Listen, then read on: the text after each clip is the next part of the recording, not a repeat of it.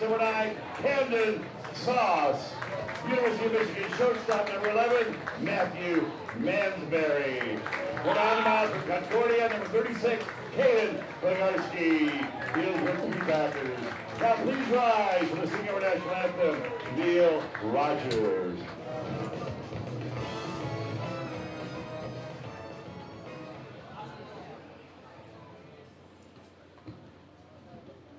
Oh, say, can you see by the dawn's early light what so proudly we hailed at the twilight's last gleaming, whose broad stripes and bright stars through the perilous fight o'er the ramparts we watched were so gallantly streaming, and the rocket's red glare, the bombs bursting in air, gave proof through the night that our flag was still there. Oh, say does that star-spangled banner yet wave o'er the land of the free and the home of the brave? Angelic rendition of the Star-Spangled Banner from an angelic voice. Neil Rogers delivers a great rendition of the Star-Spangled Banner as we get set to start the final game of the regular season. Another great season of baseball here in Healdsburg comes to an end, but it's not ending just yet as the Packers head to the championship series next week. Hugo Traverso joined alongside by Julian Corey as we get set to start here. We'll look through the Solano Mudcats, their starting lineup. They lead off with Joaquin Stewart at third, Tyler Crudo, the second baseman, bats second. Max Garcia is the designated hitter. Derek Bartram, the right fielder, bats cleanup. Brennan Murphy at short, batting fifth. Zach Goldenberg batting sixth at first. Cal Elvis batting seventh and left. Cruz Wexler, the catcher, bats eighth. And then batting ninth, Joseph Torres, the center fielder. Let's take a look at the Packers defense in the outfield, left to right. Cannon Golden, Rex Watson, the captain in center. Dane Morrow in right. Infield, third base, Camden Sauce. Shortstop, Matthew Mansberry. Second, Cade Campbell. And at first base, J.C. Osario, a guard. The battery for today, Trey Martinez in the squat, putting down the signs, and Caden Bogarski on the mound. A lot of excitement for tonight's game as the Packers look to finish with 20 league wins for the third consecutive year. 30-2 at home so far. Bogarski out of Concordia University, Nebraska. He can sling it. Julian, what have you seen out of him? Yeah, just really pounding the zone has been the main theme for Bogarski. His ability to just consistently throw strikes and let his defense work behind him really led him to success. 2 good outings came in to start, 3 innings, I believe. No runs, comes in out of relief, has another good appearance. So overall, just been the guy the Packers want on the mound when they're trying to produce some efficiency on the defensive end. And they face a very, very good Solano defense. Leadoff is Joaquin Stewart. He's got an incredible bat. Tyler Crudo, Max Garcia. Bartram's been great. Zach Goldenberg has been phenomenal, the Kansas Wesleyan catcher. So a lot of great things out of this Solano Mudcats team, and they're really excited to play here in their final game. What is their final game on the regular season? Don't know if they're going to head on out to the Lincoln World Series, West Coast World Series, but I do believe that this is their last game for the year. Going to leave it all out there on the field. Yeah, I mean, you got to imagine they're hungry too. Obviously, you know, season maybe didn't go the way they wanted. Probably wanted to be in the position the Packers are in right now, but good chance to play spoiler and maybe kill some momentum for the championship series for the Pack. Pack will be in Lincoln on Wednesday at McBean, then back here facing the Potters for Game 2 on Friday right here in Healdsburg, and then on Saturday right here, if necessary, against the Potters to try and bring home their 6th consecutive championship. Bogarski set the pitch. Fastball catches the outside part of the plate. Strike one. First pitch comes in at 6:02. Wind blowing out to left field. Pretty hard so far. Severe wind here in Healdsburg. 89 degrees and sunny. 0-1 on the way from Bogarski. Fastball is swung on and lined into right field for a base hit. Stewart leads off the game strong. That's what the Mudcats are going to do. You give them a fastball, they're going to be all over it, try and take it the other way. It's a really simple approach, similar to what we see from the Packers. Well, here we go. Now it's going to be Tyler Crudo. Crudo spent 3 years at Sonoma State. Now wrapping up his college career and playing with the Mudcats. Bogarski sets, runner on first. The pitch on the way. Breaking ball is in there, called strike on the inside part of the plate, 0-1. Well, the nice approach the other way there from Stewart. Something this Mudcats team really puts an emphasis on, leads the PEL an average 325. Crudo batting .384 right now. The 0-1 on the way. Fastball right down Main Street, 0-2. Crudo, 10 extra base hits, 2 of which have been homers, 3 triples, 5 doubles. And to go with that, 21 RBIs. Crudo in his 100th at-bat here. The 0-2. Pitch on the way. Swung on and skied out into right field. Back on it is Morrow. Still going back at the wall, and he makes the catch. So, great effort there from Tyler Crudo, but Dane Morrow, who's just been, I mean, he's been one of those machines you get to pick up balls when you're chipping at a golf course. He has just been a machine, sucking in these balls. Yeah, you mentioned that wind blowing out into the outfield, and kind of looked like Morrow struggling to get a full read on it. Eventually comes down just enough in his outstretched arms to make the play, but you mentioned really been locked down out there in the outfield for the Pack. Max Garcia at the plate. The pitch. Fastball is across the letters, 0-1.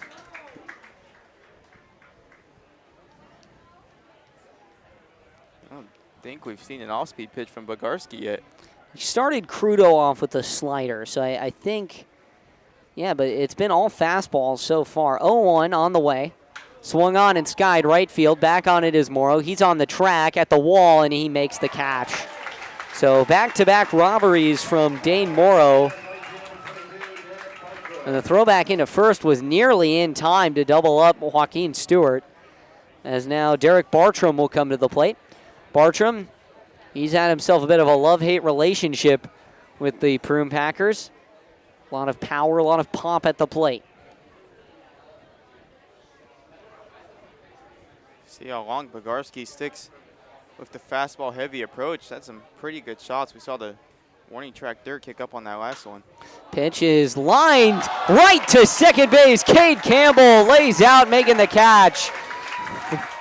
So after a leadoff single from Stewart, nothing doing for the Mudcats. They'll head back to the dugout and head on defense. Packers look to strike first in the bottom of the first.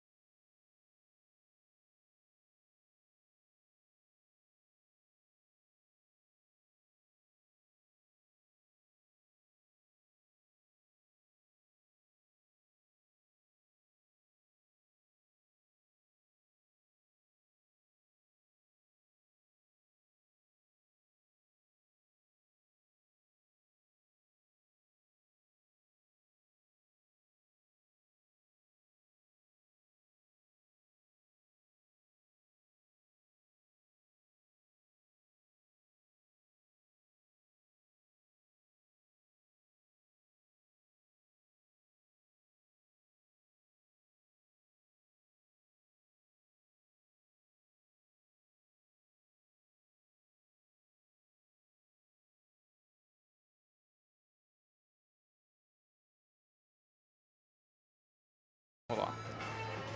Welcome back here. We get ready to start the bottom of the first. Rex Watson will lead off for the Packers. It'll be Watson, Cannon Golden, Dane Morrow, Jake McCoy batting cleanup, JC Osario guarding the 5 spot. 6 spot is Cade Campbell. 7 spot, Trey Martinez. Camden Sauce bats 8th, and then rounding out the lineup, Matthew Mansberry. Go ahead and take a look. The defense for the Mudcats as well. Cal Elvis in the left field, Joseph Torres in center, Derek Bartram in right infield, Stort and Murphy round out the left side, Crudo and Goldenberg on the right side, and it's Wexler, Cruz Wexler behind the plate. First offering from Carson Thompson is upstairs to Watson, 1-0. Pretty solid defensive inning. Kickstart things in the top of the first there from the Pack. Yeah, on Friday when Solano was here, they put up 4 runs in the top of the first. So great start here for the Pack. First, the offering on the way. Breaking ball is upstairs, 2-0. Carson Thompson, a 10.97 ERA this year across 21 1/3 innings pitched. Not a lot of strikeouts, though. Only 7 Ks as opposed to 15 walks. The 2-0. Breaking ball is upstairs and inside, 3-0 now. That's what it's been from Watson all year long, staying disciplined, not trying to do too much, and when he does connect, it goes a long way. 3-0 on the way. Upstairs, a 4-pitch walk to start things here. Watson had himself quite the game on Friday, a pair of doubles and a homer, and the Packers 14-6 domination of the Solano Mudcats is now Cannon Golden will come to the plate. Yeah, on base, I believe it was 5 times yesterday as well, 3 singles, 2 walks. Just on base percentage got to be sky high right now. 549 for Watson, Cannon Golden 506. Watson, one of the best OPS players in the PEL. The first pitch to Golden is outside, 1-0.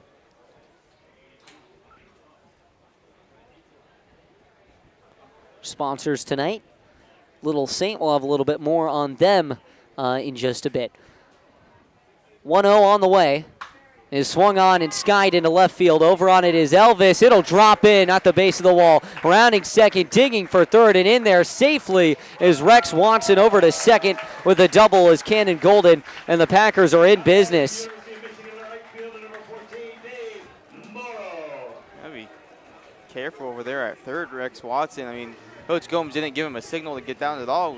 Throw a little closer than probably they both expected. Sutton stop in there at third for Watson. Both end up being safe. And the Packers look to stay fly here with Dane Morrow. The first offering from Thompson's a breaking ball that is in there for a called strike on the outside part of the plate. Tell you what, he was flying around the outfield that top of the first. And he's been unreal so far this year. 1-0 on the way, breaking ball again that catches the outside corner. 0-2 actually the count. Both have been just barely touching the outside part of the zone here. 0-2 on the way to Morrow. Fastball is up at his head, 1-2. Jake McCoy on deck. We saw a lot from McCoy last night. Easton dubbed him Shohei McCoy. 2 homers, a grand slam, and a clean, efficient inning on the mound. 1-2 now to Morrow. Looking to battle. The pitch on the way. Breaking ball is high and outside. 2-2. McCoy can do a lot of special things with the bat. We've seen the ball go to all parts of the yard, in some parts that we didn't even think was possible to be touched with a baseball. And then he goes on the mound and throws high 80s, low 90s. 2-2. High breaking ball swing and a miss from Morrow for out number 1. Great strikeout pitch for Thompson, just his 8th this summer, as Jake McCoy will come to the plate. Tell you what, Julian, this breaking ball is going to be a lot of trouble here for McCoy. Although if he's able to time it up, it could be some trouble for Thompson. Yeah, seen he connects on one. It's going to go pretty far, but he's had trouble seeing that off speed. Fastball swung on and roped deep left field, way gone, but foul ball. It's a risky pitch there from Thorson to go in with the fastball, but if you are able to get that strike, now that just sets up everything else because you already have that in the back of McCoy's head. You go to the off speed, good chance you're going to get him to swing. Breaking ball is in on the feet there. 1-1 now.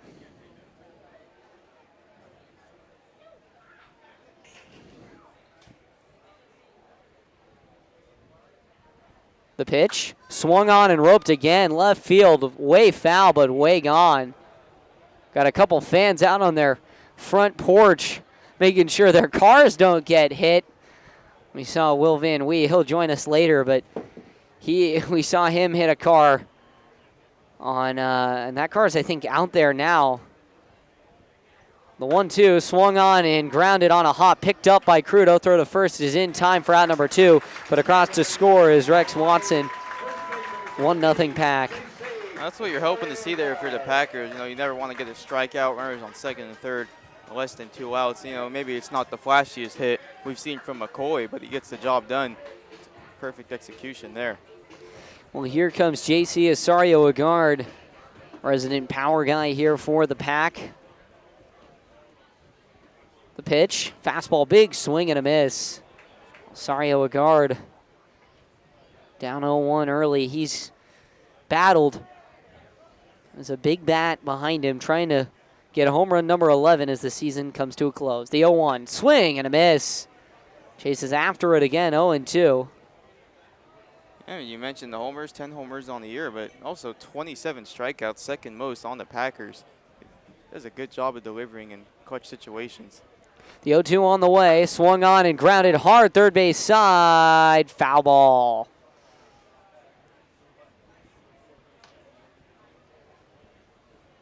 Count. Seems to have a knack for not striking out at the wrong time. Yeah, he's battling right now, trying to get the Packers some insurance here. Cade Campbell on deck, he's lethal. First time we will see him this weekend. 0-2 with 2 down, the pitch. Breaking ball is swung on a rope. Deep left field, way back there, gone! That ball's going to college onto University Street for J.C. Asario-Agard. And ladies and gentlemen, the home run leader is solo, alone at the top once again. 11 homers on the air for J.C. Asario-Agard, 3-0 Pack. Yeah, I mean, you just expect nothing less at this point. You hang it, he's going to bang it. It's going to go a long way. It went a long, long way. JC, he's got to be happy about that one. Jake McCoy is happy about that one, his former college teammate. And now Cade Campbell coming to the plate. 3-0 game. Here's the pitch. Fastball is swung on and flared to second. Caught there by Tyler Crudo, and that'll end the inning. So, the Pack are able to bring across 3 as J.C. Asario-Agard bangs it out to left field. We'll be right back.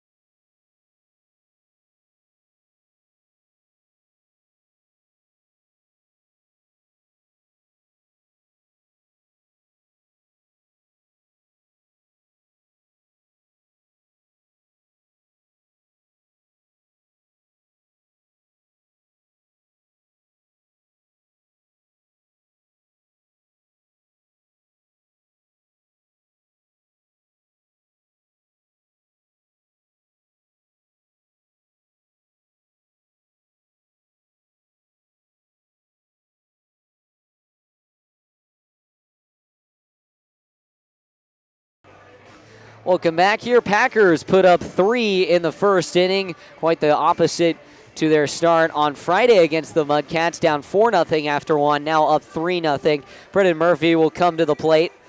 Caden Bogarski into the second inning of his start here. Gave up a leadoff single to Stewart, but then retired the last 3 batters consecutively. It'll be Murphy, Goldenberg, and Elvis. Bogarski, righty on lefty. The pitch on the way. That one is in the dirt, 1-0.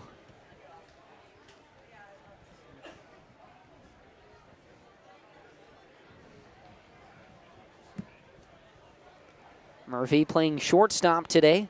Quality infielder here for the Mudcats. The pitch on the way. Big swing and a miss at the bending breaking ball. 1-1. 371 batting average. Not a lot of strikeouts across 40 or so at bats. 13 hits this year. The pitch on the way. That one is in the dirt again. 2-1.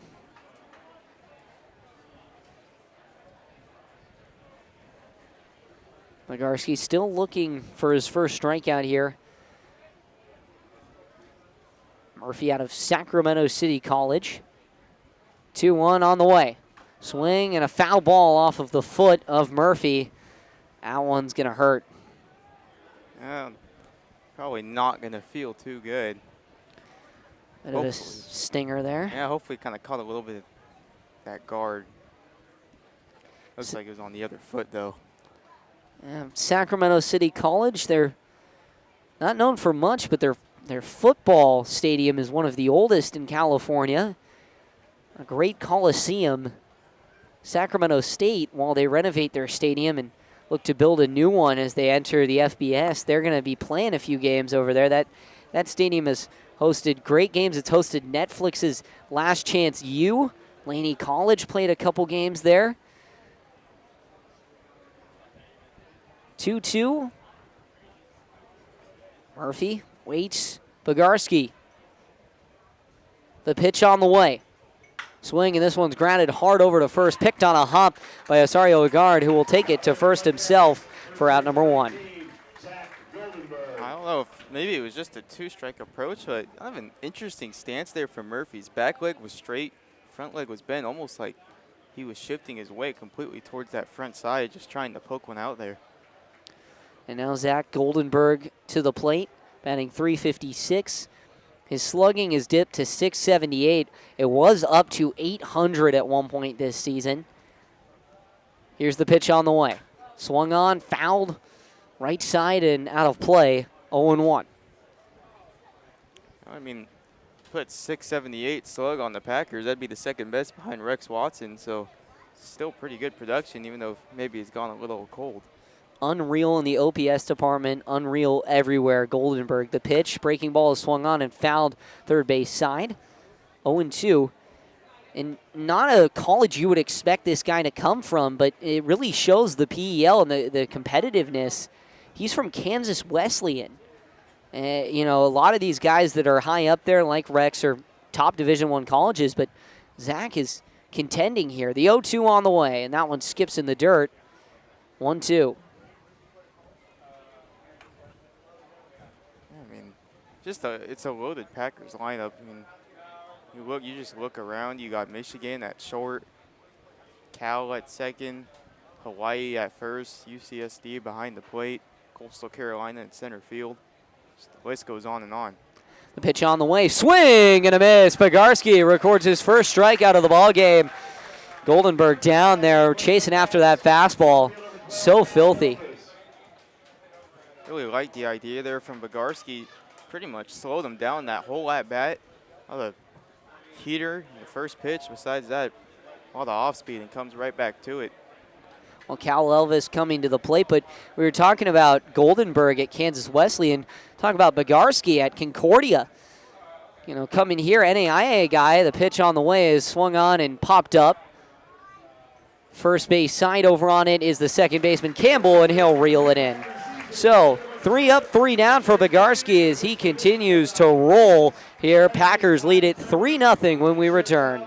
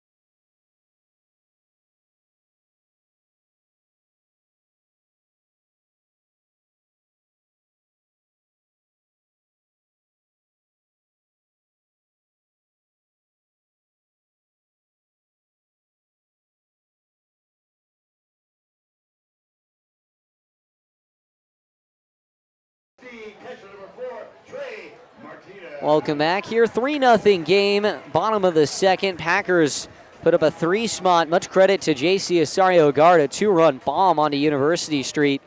Got things going for the Pack. 3-0 ball game as we get ready to start here. Trey Martinez coming to the plate. It's the 7, 8, and the 9 for the Pack. Martinez, Sauce, and Mansberry. Martinez, Union City, California native from UCSD. The pitch on the way. That one skips in the dirt, 1-0. Thompson, all things considered, walked the opening batter, Watson, on 4 pitches, but was able to dial in his control just a bit more throughout the rest of the inning, despite giving up all 3 runs. The pitch on the way. Fastball is outside, 2-0. And not something that necessarily reads on the stat sheet, but it really feels like when a guard gets this team's going, when he has a big swing, the team really follows, and expect a lot of big swings tonight. Breaking ball is upstairs, 3-0. And wind blowing hard out to left field. Thompson in a bad spot here, trying to bring things back. The Buffet 3-0 count, pitch on the way. That one is in there, called strike. Right on the inside part of the plate. 3-1 here. No, I've asked Easton this, and Julian, I'll ask you this in a moment after the 3-1 pitch here. Thompson delivers, and that one's in the dirt, and Martinez will walk to lead off the inning. But I asked Easton what his ideal buffet would be. What do you have a particular cuisine that you would have a buffet for right now? It's a good question.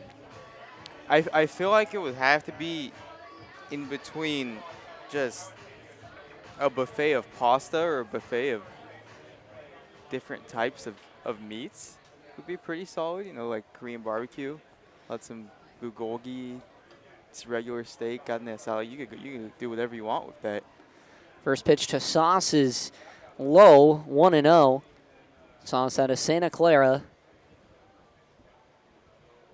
The kick and the delivery is outside, 2-0. Yeah, I mean, I would love a barbecue buffet. That would be amazing. Yeah. Trying to think what I mean, Italian food would be great. You really can't go wrong. The 2-0 on the way. It's a fastball in there at the top of the zone, 2-1. Yeah, I feel like it's a pretty tough question to mess up. It's just anything in the general field of what you like to eat, you should be pretty well off. 2-1 on the way. Fastball is upstairs, 3-1.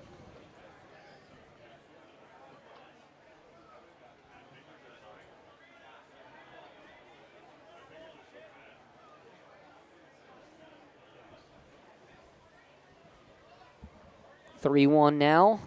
The pitch on the way. Fastball is in the dirt. Back-to-back walks here from Thompson. Runners on first and second here for the Pack as they look to extend this 3-0 lead. Matthew Mansberry coming to the plate. Well, this is the result. I mean, this is still the after effect of the swing from a guard, because the bottom line is everybody in this Packer lineup is capable of doing that, and then you actually see it on the mound. You want to be more cautious of what you're throwing in the zone, be more careful about your pitch selection. You end up walking hitters. Eventually, you're going to find it again, and it's already too much traffic on the bases to escape a jam. Matthew Mansberry, one of the nation's top hitters, coming to the plate. He's a high school Silver Slugger, now looking to be a Silver Slugger in college. The pitch on the way. Breaking ball is swung on and popped foul. First base side, giving chase is Goldenberg, and he's unable to make the play. So 0-1 now, quickly to Mansberry, heading to Michigan next year. An Ohio product, betraying the state, heading up north. I thought it was kind of a funny little tidbit from Trey Martinez tagging there at second, because last night we saw a ball go out of play that was caught and it was ruled an out. So, good job just staying alert. Why not? Got nothing to lose. We're taking the extra 90 feet if you have to go back. Exactly, especially with a 3-0 lead. Mudcats, one of the worst bullpens in the league, but also one of the best offenses in the league. So, high-scoring affairs don't come too rare for them. 0-1 on the way to Mansbury. Breaking ball is swung on and lined up the middle. Will it fall? It will. Torres fields it in center, and Coach Gomes is going to hold Martinez at third. So base is juiced here for the top of the order, and Rex Watson. Oh, we got word from East in the last half inning that Rex Watson was in center field playing the role of referee for the basketball game going on behind him. I wouldn't be surprised if he was trying to give him a free souvenir here. I could see it. Watson, a lot of power, hanging breaking ball. Could be a disaster here for Thompson. Backs juiced, wind blowing out to right field for the lefty at the plate. Thompson sets and delivers. Breaking ball's big swing and a miss. Carves up a bit of a sword there. And carves up Rex Watson. Watson walked on 4 pitches to lead off the game. Martinez on third. Sauce at second, and at first, Matthew Mansbury. 0-1 on the way. Fastball is swung on and crushed. Right field, back on it is Bartram at the warning track, and he makes the catch. Coming home is Martinez. He will score. Tacking up and moving to third is Camden Sauce. So a sac fly for Rex Watson brings home a run. And a job well done there from Rex Watson. I mean, bases loaded, none away. Obviously, you want to get the big hit, but the same thing with McCoy. Just put the ball in play, put it to the right side. You're going to get the run home. And he didn't hit that ball super hard, but he kept going. And now Cannon Golden coming to the plate. A double in his last at-bat. Now looking to bring home the runners on the corners. Double play defense for the Mudcats. The pitch on the way. Swung on and popped up infield. Back on it is Thompson. Coming in are the corner infielders. Called off, and Goldenberg makes the play. 2 down. University of Michigan right fielder number 14, Dave Morrow.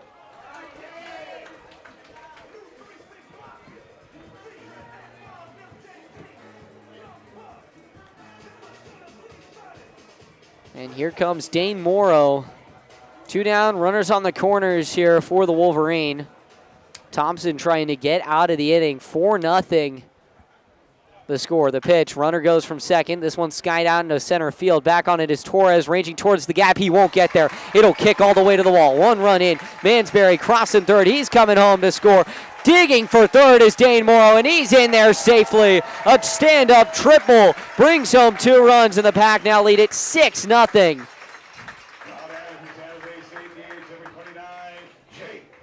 It's beautiful placement there from Dane Morrow. Takes a fastball to the backside, absolutely destroys it, and right into no man's land.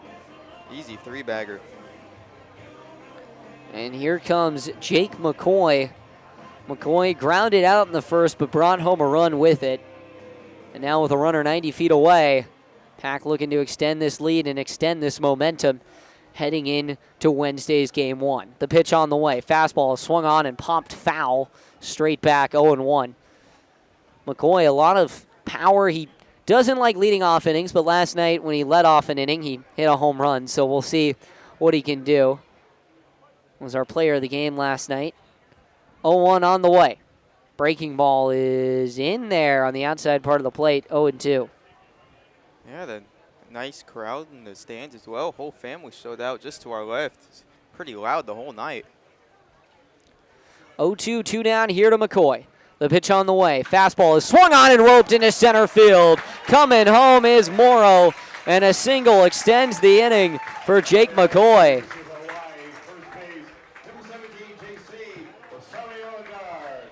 Here comes J.C. Osorio-Agard, a homer with 2 RBI in the first. See if he can keep it going, and the wind seems to go with him. Blowing now hard out to left field. 280 down the line there. See if he can put one out like he did early on. 12 homers last year, 11 right now. First pitch is skied out into center field. It will drop in for a base hit, and the inning keeps on rolling. A single for JC Osario Guard, now a double and triple away from the cycle. I mean, it seems that Guard doesn't only have a presence with the team, can dictate where the wind's going as well. Every time he steps up to the plate, it's blowing right where you want it. And here we go. We're going to see the manager from Solano come on out. We might have a pitching change, which would give us an opportunity to look and hear a word from our sponsor, Little Saint. If you're looking for a great spot in downtown Healdsburg, check out Little Saint on North Street. It's a one-of-a-kind destination with a restaurant, coffee bar, wine shop, cocktail bar, live music venue, and event space all under one roof. Everything on the menu is 100% plant-based, which means it is vegan-friendly, celebrating incredible ingredients from Sonoma County farms, including produce grown just a few miles away at the Little Saint Farm. And whether you're vegan, plant-curious, or just love great food, Little Saint is all about delicious hospitality for everyone. Carson Thompson now trying to end the inning against Cade Campbell in a ginger line drive over to second to end the first. Here's the pitch on the way. Breaking ball is swung on and grounded hard down the third base line, but foul. Yeah, I haven't gotten to try any of it yet, but they had a nice little setup down there. Filmed the pregame promotional video. Looked like a pretty cool place to go check out. I'll say their meze platter is very, very good. The bread, the non-bread, everything. Crackers, very, very good. 0-1 with a runner on first and second. The pitch on the way. Breaking ball, and Campbell looks that one down. 1-1.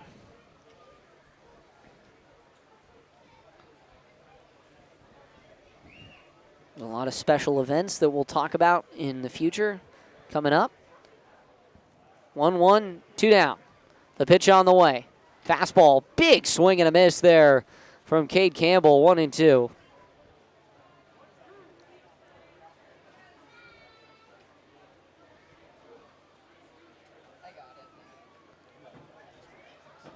One, two now, 2 down. Runners on first and second. 7-0 lead here for the Packers. The pitch on the way. Fastball is swung on and roped. Left field, it is foul.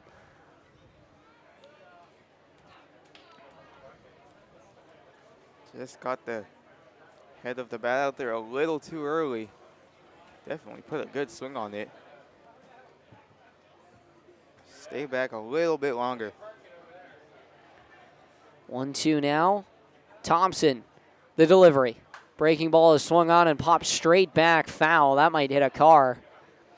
Last night we had an intern get their windshield cracked. So back-to-back nights of excitement and horror here at Recreation Park. Brutal couple days for the automobiles. 1-2 with 2 down. The pitch on the way. Fastball, big swing and a miss. And Thompson is able to get out of the inning. Second strikeout of the night. Packers, though, bring across 4. Much credit to Dane Morrow's 2-run triple. We'll be right back with the top of the third.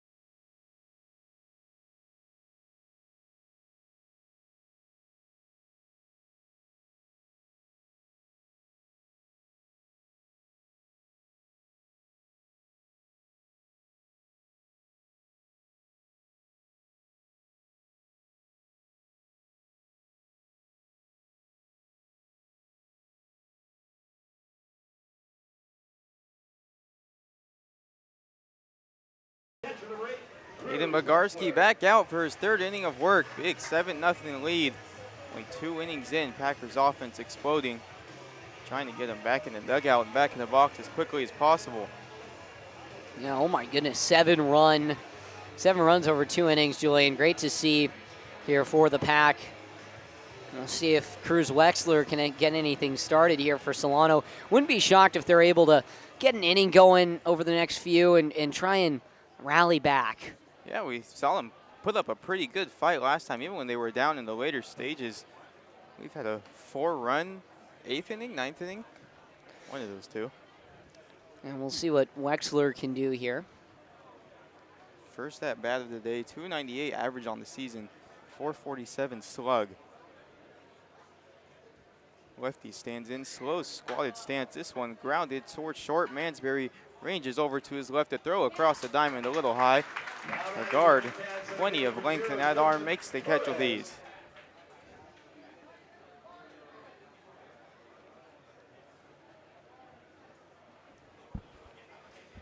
Mansberry's just been one of the standout players at short for the Packers since he's arrived. Freshman going to Michigan.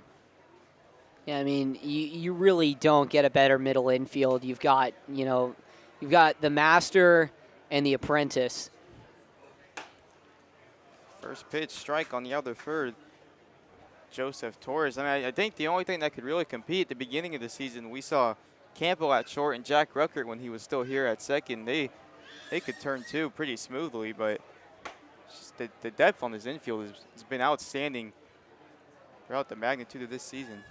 Helps having LSU second baseman, but yeah, I mean, master obviously Cade Campbell, apprentice Matthew Mansberry, but Campbell going into his last year of college ball, Mansberry going into his first. It's going to be a lot of excitement for those two programs. Big swing and a miss from Torres. Quickly down in the count, 1-2.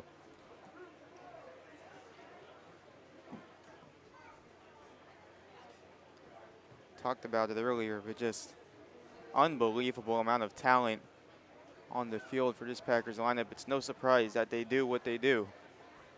1-2 count. Bogarski comes home. Breaking ball misses outside.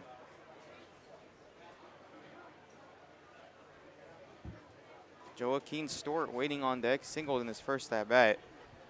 Lone hit of the day for the Mudcats.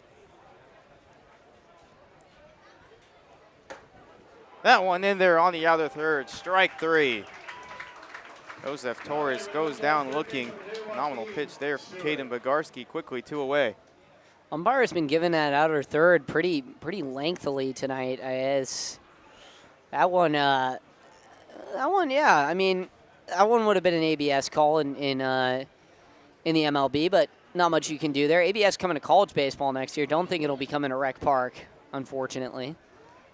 Yeah, I mean, we've seen a rise in a lot of things in college baseball. First pitch misses inside the Stewart.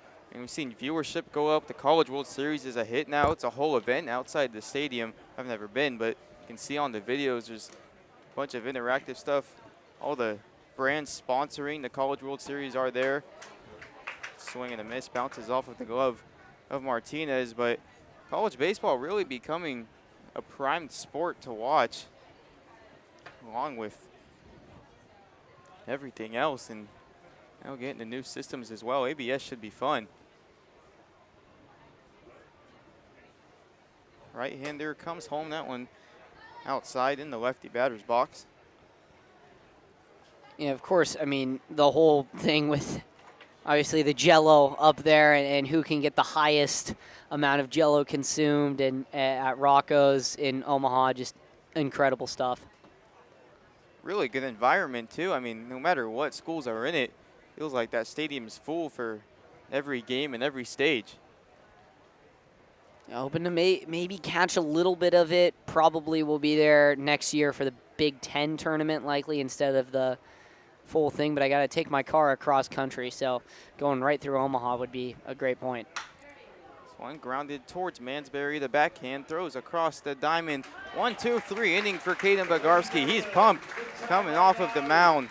Score remains the same. 7-0 for the Packers. We head to the bottom of the third inning.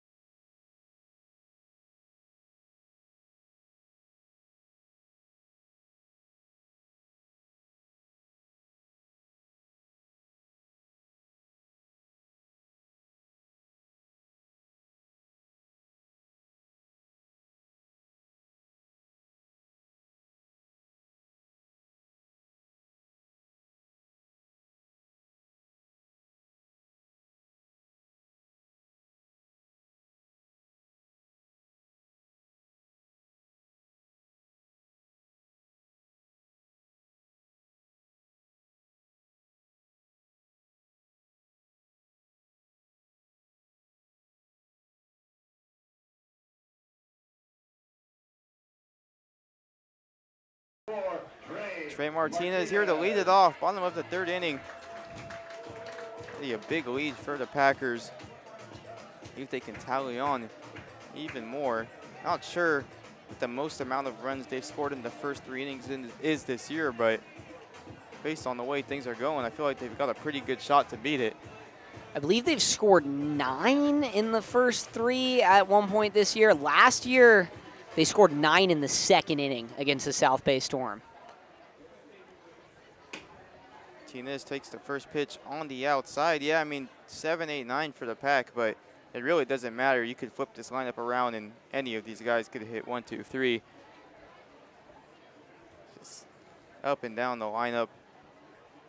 Everybody can swing it. That one misses a bit up.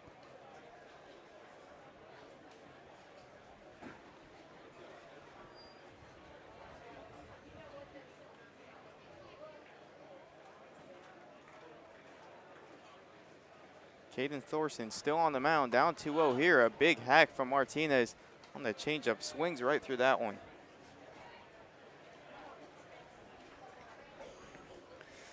Taking a look at the out-of-town scoreboard. The big story of the day, Medford falls in Humboldt. Crabs win that series. That one fouled back. I mean, crazy stuff. I mean, Medford controlled their own destiny. Even heading into the last game today, all they had to do is just, I believe, win 2 out of 3. And Humboldt, I mean, it's a really tough place to play. We've talked about it before. The environment up there is phenomenal. No surprise they came away with that one. That one misses on the outside and a full count to Martinez.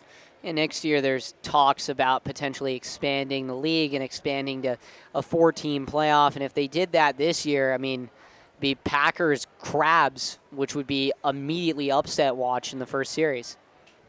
3-2 to Martinez, grounded toward the right side. A diving stop at first by Goldenberg. Throws over to first to Thorson. Not in time. A nice play, but Thorson just couldn't get over. Martinez beat that by a mile.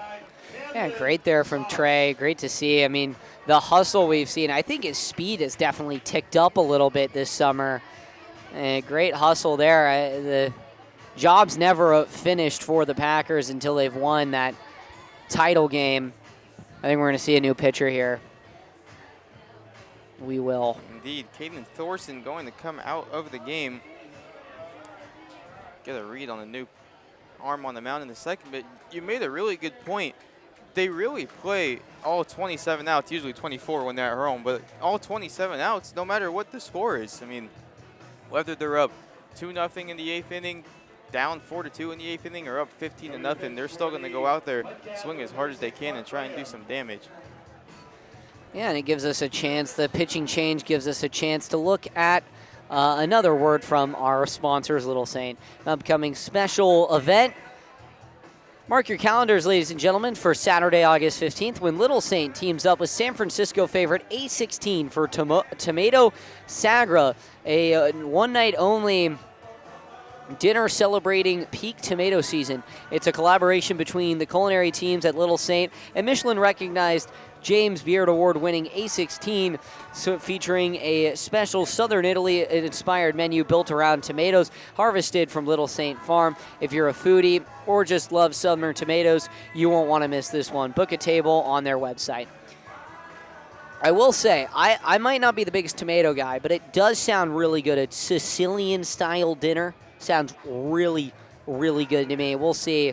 I do leave town heading off to college the following day, but a lot of love. Definitely going to go into that menu. My mouth is watering just thinking about it. I have to take time to give that one a shot. New arm on the mound. Mark Graham, right-hander. Coming in for the Solano Mudcats, Caden Thorson. Day is done. 2 innings, 7 runs. Oh, and not the start the Southpaw was hoping for. If his teammate can pick him up here. Book isn't closed, actually. Martinez on first after the walk. Single. Still has a shot to come around and score. Well, it's final game, presumably, of the season for the Mudcats. Just come on out, throw everyone, get everyone a chance to have their flowers. And then Sauce at the plate takes the first one high. Yeah, I mean, we talked about Martinez maybe ticking up in speed a little bit. The first month of summer ball, a lot of it is just ramping up for some of these guys. They haven't thrown in a long time off the mound, maybe haven't taken live ABs in a couple of weeks. Sauce fouls this one off the end of the bat. Trying to get everybody some work in at the same time, trying to compete for a championship. It's an interesting balance.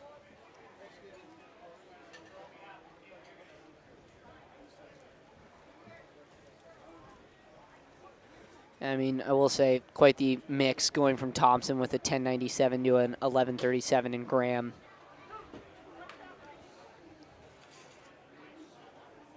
Sauce hitting 304 on the year, 478 slug. And really solid defensively as well on the left side. Mainly sticking at third. Martinez, little jump off of first. That one misses high and in. Even got a flinch from Blue behind the plate. Rex Watson over in the hole talking to Matthew Mansberry, having a laugh about that. That was quite the scary pitch there. That's one of the things for Rex. Big personality. He's always smiling. Always having a good time. Pick back over to first. Draws a smiley face in the dirt before every at-bat. There's a story coming out about that in a couple of days here, but main team just trying to keep it fun no matter what he does. Kid's game at heart. His big motto. 2-2 pitch to Sauce. That one misses in. Looked like it caught his elbow guard as it flew off, and it'll be a hit by pitch. First and second now for the Pack. Still no outs. Yeah, this is just turning into a disastrous chain of events here for Solano. I feel like I've said that a lot over the past couple days. I really think that this Pack team is coming together a lot better as opposed to last year. I think they're gelling a lot better. That Humboldt game one last year really woke them up. Really just have been disciplined at the plate. This one lined in the right field, chasing is Bartram. He'll make the catch. A good swing there from Mansberry. Unfortunately, fell right into the lap of Bartram and right. Oh, speaking of Rex Watson, another opportunity with a runner in scoring position. Already has a sacrifice fly. Hit it hard, almost to the warning track with the bases loaded. Almost had a grand slam. We saw one last night with McCoy, as you mentioned. Another opportunity to do some damage here.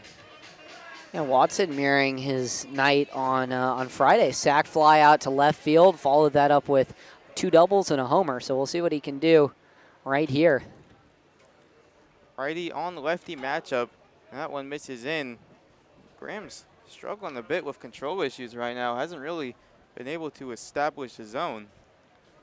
He's got a little bit more speed than Thompson. The strikeout number's a bit up, but walk as well. 19 walks as opposed to 15 Ks. ERA up as well. There's a lot going on in the windup as well. This one lined in the right field, down the line. It's going to get down. Martinez going to round third. He'll score with ease. On his way to third, Camden Sauce. An RBI single for Rex Watson. He just keeps the train rolling. I mean, Easton and I were talking about this last night. Can we have him be our player of the game every night?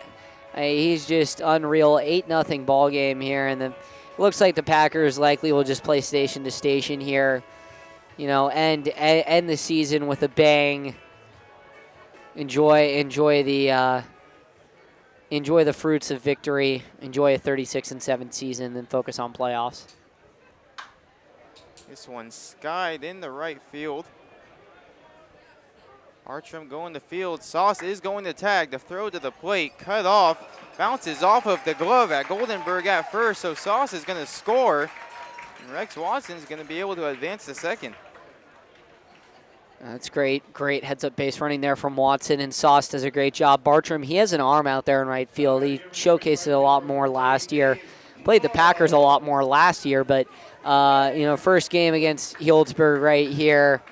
First game starting, I should say. And he's done a good job patrolling out in right field, but that throw-in was not great.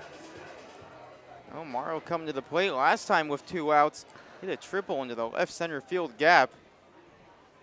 Brought in a run, extending this Packer lead even more. This one down the right field line. It's going to kick all the way, almost to the wall. Bartram cuts it off. Again, Watson will score with ease, and just hit after hit right now for the Packers. And with the wind blowing out to right field, you would think that Mother Nature is with the Packers right now. We'll see. It dies here, and now, almost looked like it was blowing out to left field for Jake McCoy. And now it is. It's blowing to center. So the wind is just changing with the Packers. Mother Nature is with Healdsburg right now. Oh, play-by-play commentary on the way the flag was going there. I love it. McCoy to the plate down the left field line. Foul ball, just barely. And you've got now for the Packers to the first. Well, you're getting through the third time through the order, but first couple times through the order, you now have 2 guys on cycle watch, and McCoy if that one had stayed fair and he had legged out a double, he would be on cycle watch as well. Unreal. Right now, Morrow, he's a single and homer away, and McCoy's got a bit of ways to go, but Aguard a double and triple away. Pitch to McCoy, misses in on the hands. Didn't like that one too much. 1-1 count. Yeah, I mean, you mentioned we've almost hit it around 3 times, only in the bottom of the 3rd inning. If there was ever a time for our first cycle of the year, this would be a great game. This one softly hit toward the left side across the diamond. Goes Stort. Easy play, gets McCoy on the ground ball. Again, the Packers score on offense, 3 runs, 3-4-3 been the line so far. 10-0 Packers lead.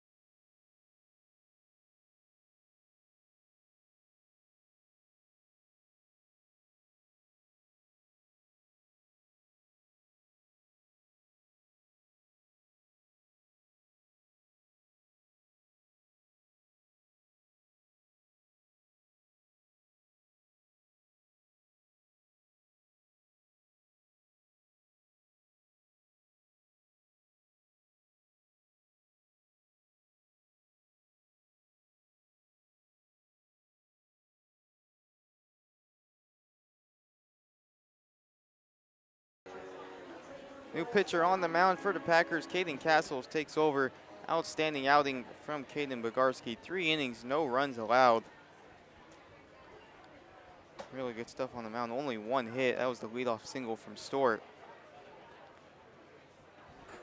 Really all you can ask for from Bogarski, and you're handing it off to a very, very capable Castles who's been unreal this year. Tyler Crudo, righty, stands in at the plate, swings and misses. Had a pitch in the dirt.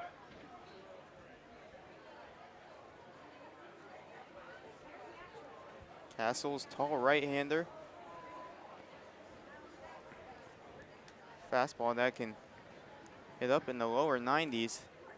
Kicks and deals. Check swing. Did he go? No, he did not, says the first base umpire. 1-2 will be the count. Maroon uniforms, maroon hats, white pants for the Packers. Orange and gray for the Mudcats. It's like a reddish orange. Yeah, reddish orange. I'd say, yeah, light red. Castles comes home. This one grounded to third. Sauce, Fields, throws. Picked that first by Osario Agard. A nice play there all around. Let's go throw across the diamond. One away. Yeah, I mean, it's great to see here that the Packers are just dominating, but it's even better to see guys, this might be Tyler Crudo's last game of competitive baseball. From my understanding, he's out of eligibility. And, he's a legend kind of around here at Sonoma State. Played great. I believe now over at Stanislaus with our intern teammate, Eli. Righty, Max Garcia stands in now, takes a strike on the outside. Yeah, I mean, there is also, there's a lot of options for baseball now. You have leagues like the KBO, the NPB in Japan, KBO, of course, in Korea, and, independent baseball, indie league ball. You have leagues in Mexico now. This one grounded right back to Castle, slips a little bit on the mound, underhand toss, a little low. Agard again makes the play, and 2 away for Caden Castles. A great job there from Castles. But yeah, you mentioned it, and another indie ball team just kind of right on our front doorstep. San Rafael, they have the Pacifics. Dublin has the Leprechauns. There's a few others around the area in the Pecos League. I think it's Pacific something baseball league, but it stands for Pecos. Eric Bartram stands in, lined out in his first at-bat to the second baseman, takes a fastball in on the hands. Will be called a strike. 0-1 here. Bartram's another local guy out of Novato, California. Pitch from Castles on the outside, just misses barely. It's like a little bit, some cutter action there. Good placement, just couldn't catch the corner. 10 runs on 9 hits for the Pack, only in the top of the 4th inning. Castles comes home and delivers. This one grounded up the middle, just past his glove. Going to get through in a 2-out single for Derek Bartram. Good to see there from Bartram. I mean, seen him play since his junior year of high school. So another guy that's a local guy, and great to see him, being a star for the Solano Mudcats. That's what a lot of these guys that grow up around here, they dream of doing. They come here as 3-4-year-olds aspiring to be Prune Packers or Mudcats or Rogues, and they end up living that dream. Yeah, it's got to be a cool feeling no matter what side you're on. As this one's picked at second base by Campbell. Throws on the first to Agard. Outstanding defense from the Packers in the top of the 4th inning. 10-0 the Packers lead as we head to the bottom of the 4th.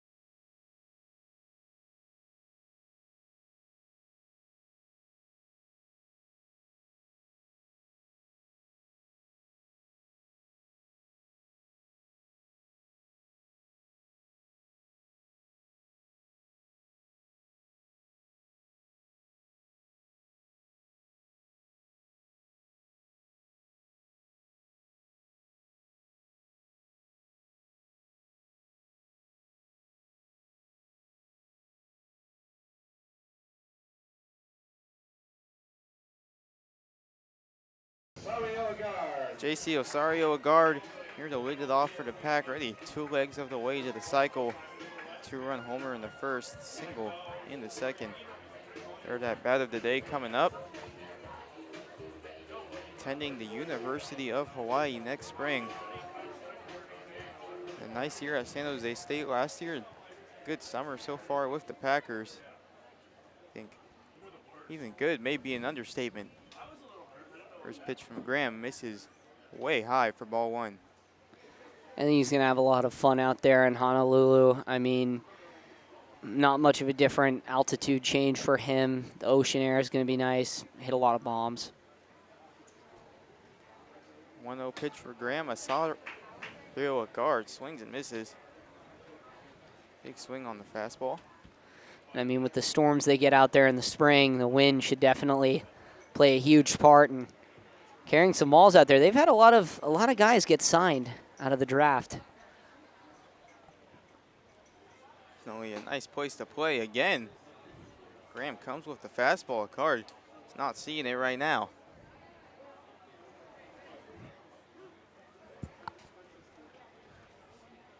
So down 1-2 is a guard. Graham out of the stretch, kicks, deals a guard, lines this one center field, carrying. It's deep. It's gone. A monster shot for J.C. Osario Agard, his second home run of the evening. And that one just absolutely massacred out to center field. Osario Agard matching his home run total from last year, 12 bombs on the year. And I mean, if he's just getting hot right now, last year over a period of 12 games, 8 homers, 19 RBI. So if he's getting hot now, which he's been dormant a little bit over the past couple weeks, if he's getting hot now, oh my goodness, Potters, watch out. He's going to be launching balls left and right. I mean, it's just unbelievable what the guard's been able to do at the plate. It's just no matter where the ball is thrown, it feels like it's going to end up over the fence. Hit that one pretty deep out there. It was a little right. I believe it landed on the side of the fence where those bleachers are, but if it was on the left side, pretty good chance would have gotten to the basketball courts. Cade Campbell steps to the plate now. He pokes this one towards right field. Chasing is Goldenberg. It's going to be foul. And would have been quite the scare for those basketball players. Yeah, I mean, I'm sure they're pretty locked into the game and got a fastball flying. I take it to hit it out there at least 98, 99 plus miles an hour. Definitely have to be on some sort of alert with the game going on.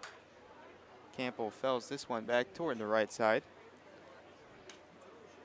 I mean, we'll see. The analytics, Twitter, at Prune Packers, you guys can go on there, check it out. The Prune Packers Twitter, they might have the read on that homer.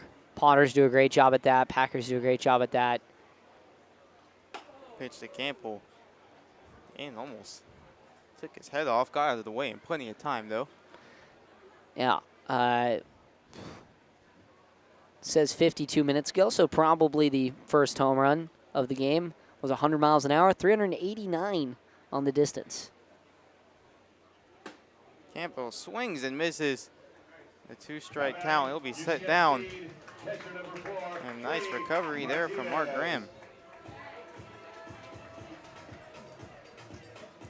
And Campbell's he's been in a bit of a micro slump so far. I think he'll get that tuned up here. Coach Gomes over there down the third base side on his phone, but I think he'll be able to help Campbell. He's been a guy who's been able to get guys out of slumps. Righty Martinez steps into the box. He drills this one towards center field. Going back again is Torres in front of the wall. Still drifting, crashes into the fence, but makes the catch. That one looked like it had a little bit of knuckle on it. It just kept going. A really nice job in center field from Torres to make the play. Yeah, and I mean, Julian, a great example of the Twitter just paying dividends here, and the TrackMan. Packers are represented by TrackMan. The game on Friday between the Packers and Mudcats, Packers had to battle back from a 4-0 deficit. Will Van Wee, do you know how far or how fast he hit his ball? This one skied in the right field. Coming in is Crudo, and he drops it. Not fully sure what happened there. He had a beat on it, and ball just kicked off the glove. So a little gift for the Packers with 2 away. Camden Sauce, I believe, I was listening in. You know, I'm usually sitting next to you guys during the broadcast. I believe it was 112 miles an hour. It was, and you can get all of that information on the Packers Twitter X account. 112 off the bat, 19-degree launch angle, so just a straight line drive, 381 feet. That might be the hardest hit ball in the PEL so far this year, although I think Lincoln might have had one that went 115, but just unreal the amount of power these guys have. Sauce takes off from second, easily swipes the back. He completely had Mark Graham tied up. Left before he even came out of his set. Easy stolen back there for Sauce. Yeah, I mean, you want to go watch home runs. McBean Stadium and Recreation Park, two places where the ball just absolutely flies. You got the 2 home run kings. Well, now JC stands at the top. Opportunity for Mansbury with a runner on third, and that one misses out. And 103 miles an hour on that home run, 424 feet from Osario Lagarde to lead off this inning. He'll have to contend with Ty McGraw next week. Pitch to Mansbury, spoiled toward the right side. Be 2-1. I love the caption there. Do it again, JC. Just feels like I've been saying that all year. Big game after big game whenever he's in the lineup. Just such a dynamic factor for this Packers crew. 2-1 hitters count to Mansbury. Lines this one right center field. It's going to split the gap. Karam's off the wall. A little bit of a hiccup there in center from Torres. Mansbury's going to go for 3. Throw in the short, in the third, not in time. 2-out RBI double for Matthew Mansbury. The Packers just continue to tally on. Julian, make that now 3 guys on cycle watch. Mansbury a single and a triple. Osario Lagarde 3 for 3, single and a homer. Oh, a pair of them. And Dane Morrow triple and a double. So we'll see. Now it's the top of the order. And they just have not had an answer at all. I think the Packers try and go for 20. I mean, this is truly unbelievable. We're 4 innings in, or I guess 3 2/3, 12 runs. They've scored in every single inning. Watson at the plate now. He drives this one. Right field. Adios, pelota. Well, now 4 guys on cycle watch with that one. Just absolutely powered that ball. That one was top of the bleachers, which I've only seen 3 or 4 people in my time here at Rec Park hit one to the top of the bleachers. And Watson, I think he's been both of them. He's been at least 2 of them. Oh my goodness. I mean, what do you say at this point? 14-0. That's all you say. 14-0. You say that Emmett is going to be on his phone for a while here, managing the Twitter. Probably got a lot to catch up on. And we'll see if the score stays put here. No one on base, 2 outs. If it does, Packers scored 3 in the first, 4 in the second, 3 again in the third, and now 4 again in the fourth. One interesting dilemma going on the scoreboard. Doesn't stop here. Cannon Golden at the plate now. Already doubled an RBI sac fly.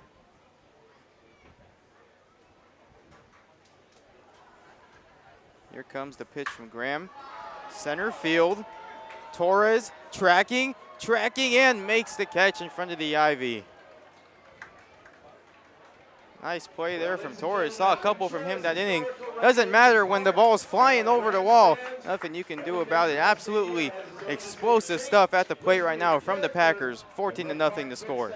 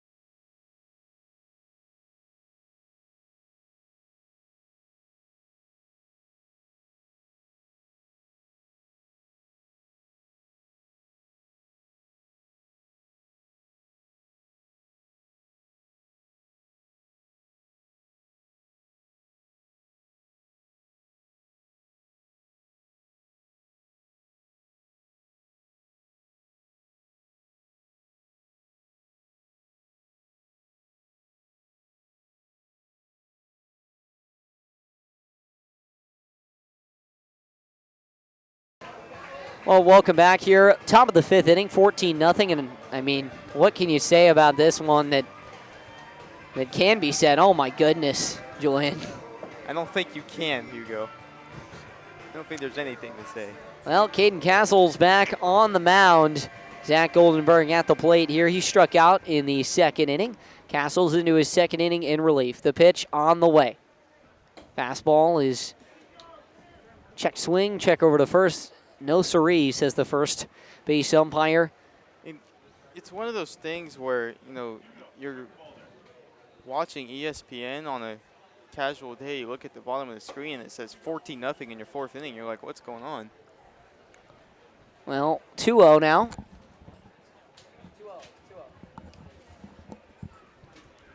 Had some trouble with our in-stadium scoreboard. 2-0 on the way.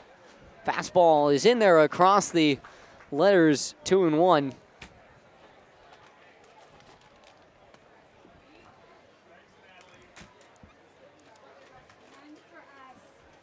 Two one on the way. Fastball across the knees, 2-2 now.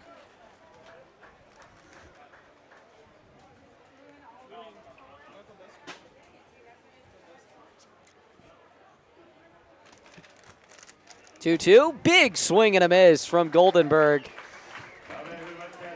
And he goes down on strikes yet again. And now it'll usher up Cal Elvis.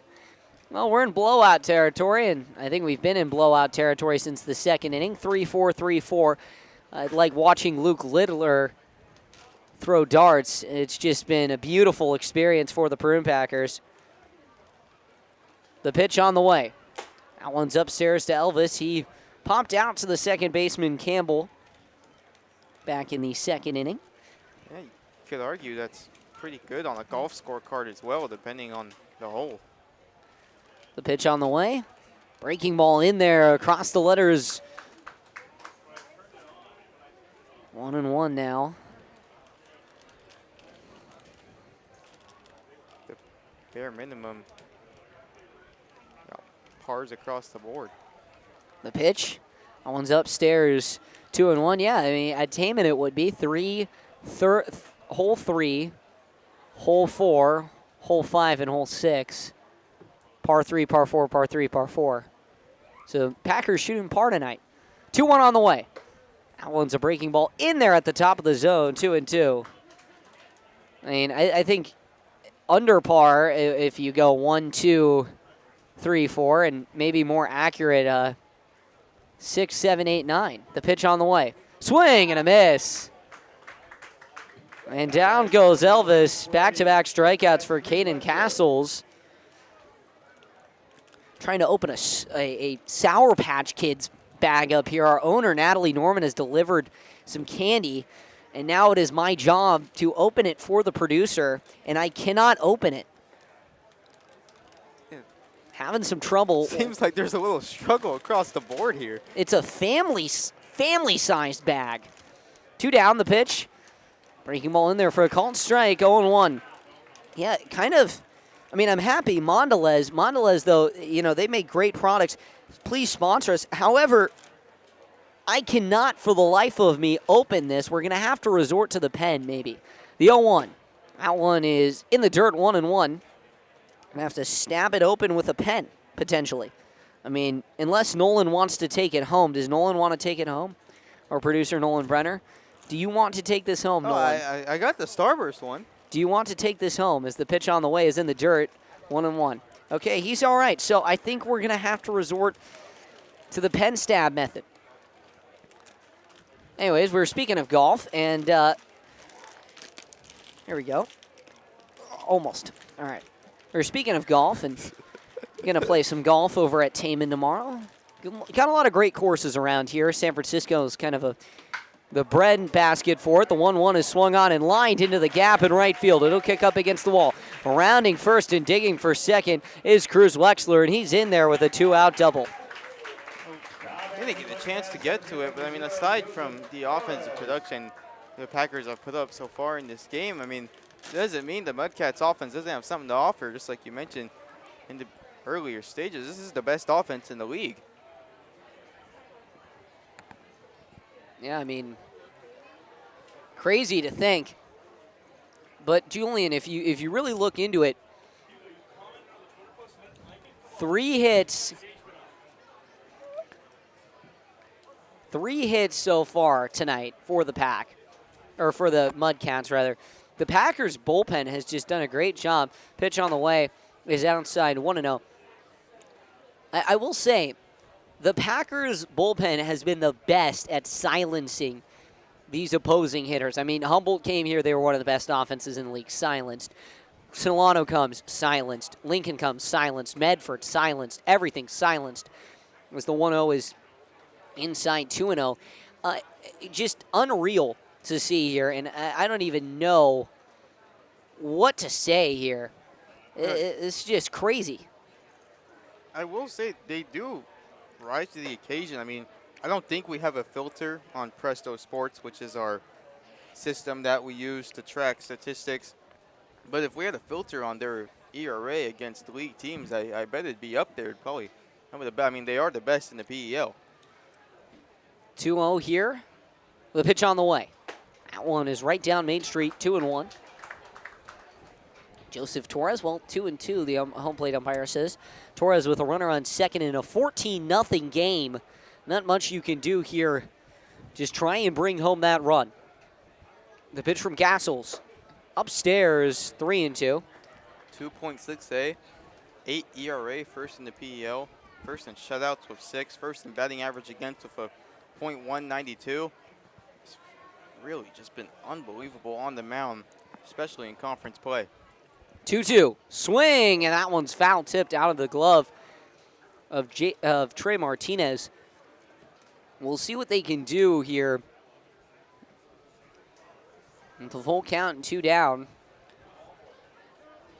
I mean, I think that pitching definitely has to stay incredible heading into the championship series, but as the full count pitch is on the way, fouled straight back again. So we'll do the payoff pitch once more, but I will say this. The last time they were in Potterland, which was about 3 days ago, 3-4 days ago, they were up 7-2 and then proceeded to lose that game. The pitch in this one is swung on and hit well. Right field, back on it is Morrow at the wall, and goodbye. You can't get that one. Torres sends it over the wall, and there we go. The Mudcats are on the board. Just 12 more needed to tie this ball game up after a 2-run bomb from Joseph Torres. Oh, I mean, just as we were talking about it, nice win there from Torres. You know, if you're looking for a bright spot, if you're in the Mudcats, Torres has made some really nice plays in center field, comes to the plate and absolutely smashes the ball into the right field bleachers. Really something to look out for the Mudcats.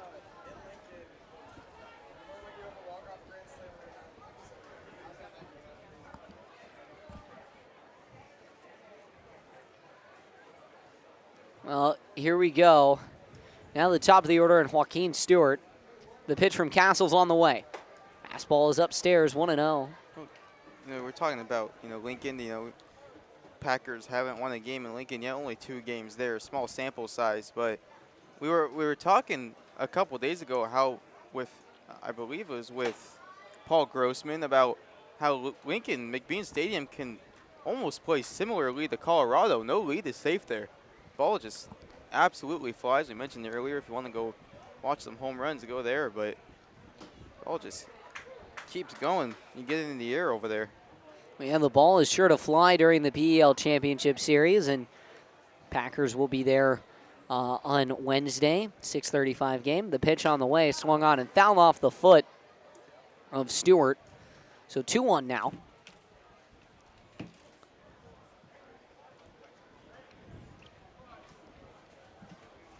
If you're looking for dinner after the game, Little Saint is open daily from 8 a.m. to 9 p.m. with happy hour from 3 to 6 every day and free live music every Thursday night. If you can make it over there. 2-2, 2 down. The pitch swung on and fouled off of the foot of Stewart again. He's had no reaction to either, but I can't imagine foot's feeling pretty good right now. He's done it twice in a row. It's tough to stay in at bats when you have another lingering issue. Well, 2-2 now, 2 down. The pitch from Castles. Breaking ball is just off the outside part of the plate, 3-2. We were talking about golf a bit ago, and you know, San Francisco, breadbasket of golf. As the 3-2 on the way. Swung on and hit dead center field. In on it is Watson. He won't get there as it'll fall in for a 2-out base hit and a bit of a rally coming in here for the Mudcats as Tyler Crudo will come to the plate. But you know, we played Golden Gate Park. We've both played Presidio. And there's more. San Francisco Golf Club, Lincoln Park, Olympic Club, Sharp Park, Harding Park. I mean, just a center for golf in the city of San Francisco as the pitch to Crudo is in there for a called strike on the inside part of the plate, 0-1. What would you say is your favorite golf course in San Francisco, Julian? I think out of the two I've played in what we consider San Francisco city-wise, the 0-1 is flown out into right field. Morrow boots it. Rounding second and heading for third is Stewart. And into second with a double is going to be Tyler Crudo. Ball was hit hard from Crudo. Kind of funny there. Ricocheted off of Morrow right into Watson's glove, so maybe saved the run. I think Presidio is a really unique course. I think it makes it cool because, you know, you kind of start out, you're still in the city a little bit, in the suburbs of the city, and then you get more into the course and you kind of start to get under all the cypress trees and it feels like you're in a completely different area of the world. Yeah, I mean, I agree with you. Great golf course. Pitch on the way. That one's in the dirt, 1-0. Might be the best non-TPC public course in San Francisco. I've played Lincoln, Presidio, Golden Gate. Haven't played Sharp yet. Haven't played Harding either, but you know, those are two on my bucket list. The 1-0 is grounded up the middle. One run will score. Coming around the bend is Crudo. He will score. And so now 14-4 in the blink of an eye. The Mudcats are back in business. I mean, really just unfortunate there for Caden Castles. 2 balls hit hard. He finally gets the soft contact and just straight up the middle. And it's a high chopper with spinners. Nothing they could really do there. Well, now we're going to see just a brief visit here from Trey Martinez. Again, single thread closes at 9. So if you guys want to make your way on over there, get some last chance dinner, we'll see. Game is, it's kind of hard out there. I mean, these games run late, so it can be tough. The pitch in the dirt, throw down to first, or second rather, is not in time as Garcia steals second. And now, as Julian informed me, you guys might have heard, Michael Austinfort now at shortstop. Give Matthew Mansberry the night off. Had himself quite the game. Grandparents, I believe, are still here, so nothing wrong, hopefully, there, as the pitch is swung on and missed, 1-1. Yeah, I mean, you know, the jump from high school in terms of games to college is a pretty significant jump. Obviously, from college to the MLB is a lot more, but hey, a workload Mansberry's not quite used to yet, and big lead these last couple nights. Give him some time on the bench and keep him healthy for the playoffs. 1-2 now after a big swing and miss from Derek Bartram. Bartram 1 for 2. Castle sets the 1-2. Swing and check swing, chopped foul. The thinnest part of the bat there for Bartram as he stays alive. 1-2.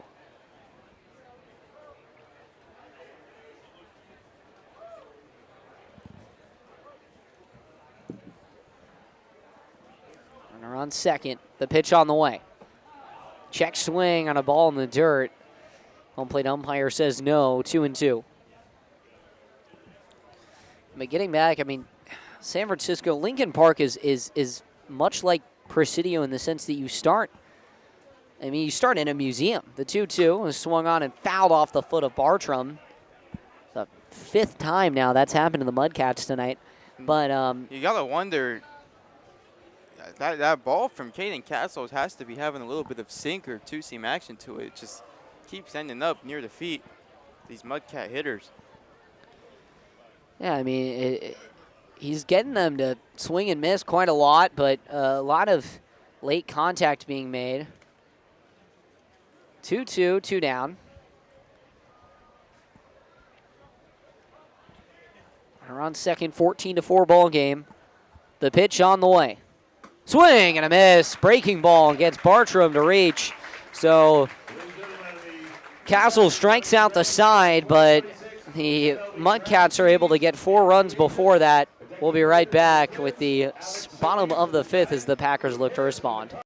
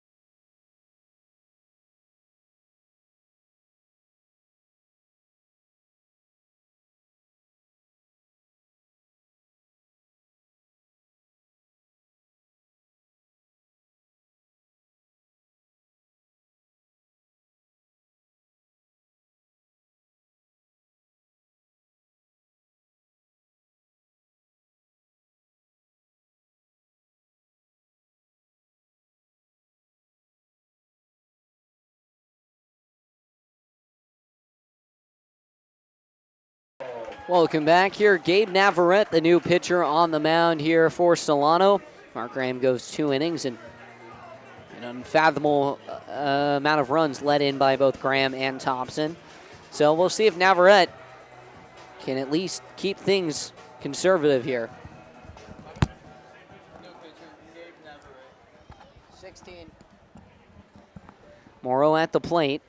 Packers looking to respond. 4-run top of the inning from the Mudcats. First pitch is in there for a called strike. Breaking ball falls right in at the top of the zone. 0-1. Wouldn't it be something if we, the odds of this are almost 0 to none, but if we get a little flip in the script here and the Mudcats go 4-3, 4-3 in the next 4 innings? Breaking ball's upstairs as well. 1-1. I mean, it could happen. You never know. It's baseball with this team. There's a lot of game left, and I mean, they would shoot. I think they could shoot par. We'll see. 1-1 now. Navarrete, the pitch on the way. Breaking ball's way inside and catches Morrow. I don't think Morrow was even going to, I think he was going to stay in, try and continue his cycle bid, but hit by a pitch, he'll head to first, and now Jake McCoy will come to the plate. Well, the other part we didn't mention of that is that the Mudcats would have to give up no runs, and leadoff hit by pitch is unfortunately not going to help with that. Yeah, well, Jake McCoy now at the plate. Morrow over at first. McCoy, 2 RBI tonight, 1 for 3. The pitch on the way. Breaking ball is way upstairs, 1-0. Ephus style breaking ball. Yeah, it's kind of tough to read a breaking ball when it's left a little upstairs because it's not as much spin and break as you would like. Kind of have to see it when it gets down to really get a read on it. The pitch, breaking ball, big swing and a miss. Check back to first. Safe in there is Dane Morrow. JC Osario guard on deck. And obviously a 10-run lead, but interesting there for Morrow. He kind of got caught stranded and still just didn't even give a think to try and dive back into the bag. Didn't need to. Great throw over, though, by Wexler. 1-1 now. Navarrete, the pitch, breaking ball, swung on and crushed. Moonshot, Jake McCoy, welcome back. That one is gone. Make that 5 Packers on Cycle Watch. Jake McCoy sends one out of here.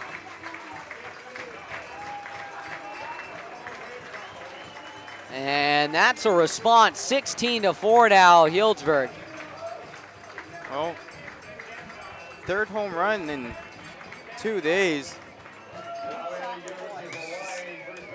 Unbelievable stuff from the Packers. I mean, like we said before, not really much more to say. Just give you the stats at this point and watch it fly with your eyes.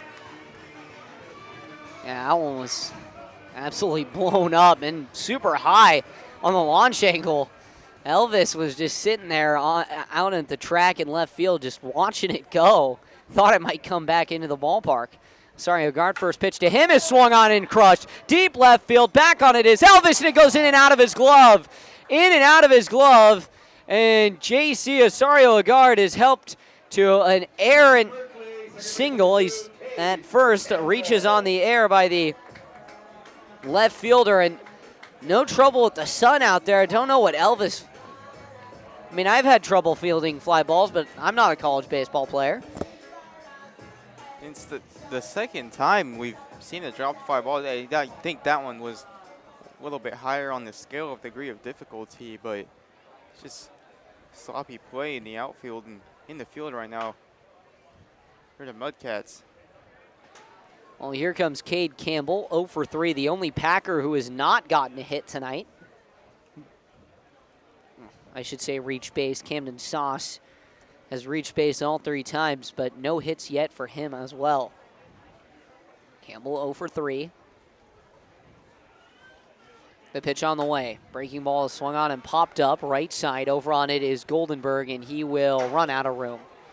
You can definitely seen Campbell be a little streaky at times, but he's really calm at the plate. He sticks to his approach. He changes just enough, but he doesn't change too much when he's struggling. Really just trusts the process, and when he's hot, he is absolutely blazing. 0-2 now to Campbell. Navarrete.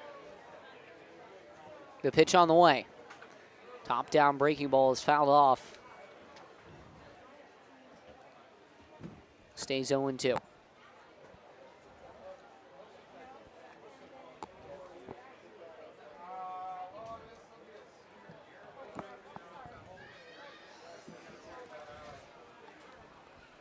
Oh, 2 now.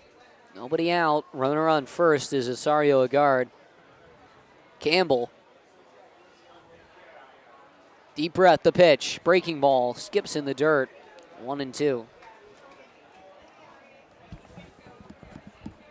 How fast is that? Navarrete would have finished right now, I think, 4th in the Packer intern combine. 69-mile-an-hour curveball there. The 1-2. Upstairs, 2-2. That is fastball, Julian? I think so. I don't know. Kind of hard. I mean, it had a little bit of spin on it. It could have been a changeup. It's just kind of tough to read right now because he's leaving most of his pitches at the top of the zone. Well, 1-2 now. Breaking ball is swung on and skied into right field, giving chase is Bartram. He will make the catch. And retreating back to first will be Osario Ogard, 1 down. Lucky Cade Campbell isn't on right now because he even left that breaking ball up. I think if he's half a second earlier on that, it's probably down the line for a double. Well, here comes Trey Martinez. 1 for 2 today, a walk and a single. Navarrete trying to get out of the inning. Ground ball would do the trick. And see if he tries to get it. The pitch. Breaking ball is swung on and grounded foul down the third base line. It's hot off the bat of Martinez.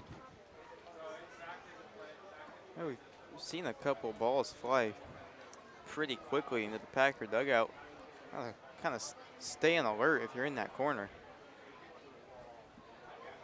0-1 now. The pitch on the way. Top down fastball, swung on deep, left field, no doubter. That one is gone.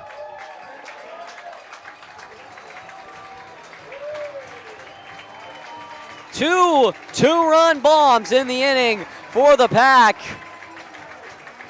Jake McCoy and Trey Martinez. And they extend their lead. They get those 4 runs back. Now 18-4. Well, Martinez's home run might have caused a little more havoc than McCoy's. Not sure exactly what happened, but it was a car passing by. Hopefully it reached just over it. That looked like it landed in someone's front yard. So we're gonna hope it did. I'm pretty sure it did. If I had to bet I think it did. If I had to think it. Nevertheless, someone moving their car out in left field with the wind blowing out there. Here's the pitch to Camden Sauce. In there for a called strike. Breaking ball. Just caught the outside corner. 0-1. Yep, they're moving their car. There goes the Honda. And let's see. Is it gone? It is gone. 1-0. Breaking ball skips in the dirt. 2-0. Don't think that there was... I don't think it hit a ball, though, but a lot of people coming out here. I think it might have hit a house. Probably a good shot, especially if it took a bounce off the concrete. I mean, I feel like that's kind of a shoo-in that, yeah, like you mentioned, it's at least going to get to the front yard if there's no object standing in the way. Well, here we go. We're going to have Brendan Lewis step into the in the hole spot. The pitch on the way. 1-2 is swung on and crushed. Left field. Can you believe it? You can. Camden Sauce. Put a little sauce on that one. 19-4 Pack.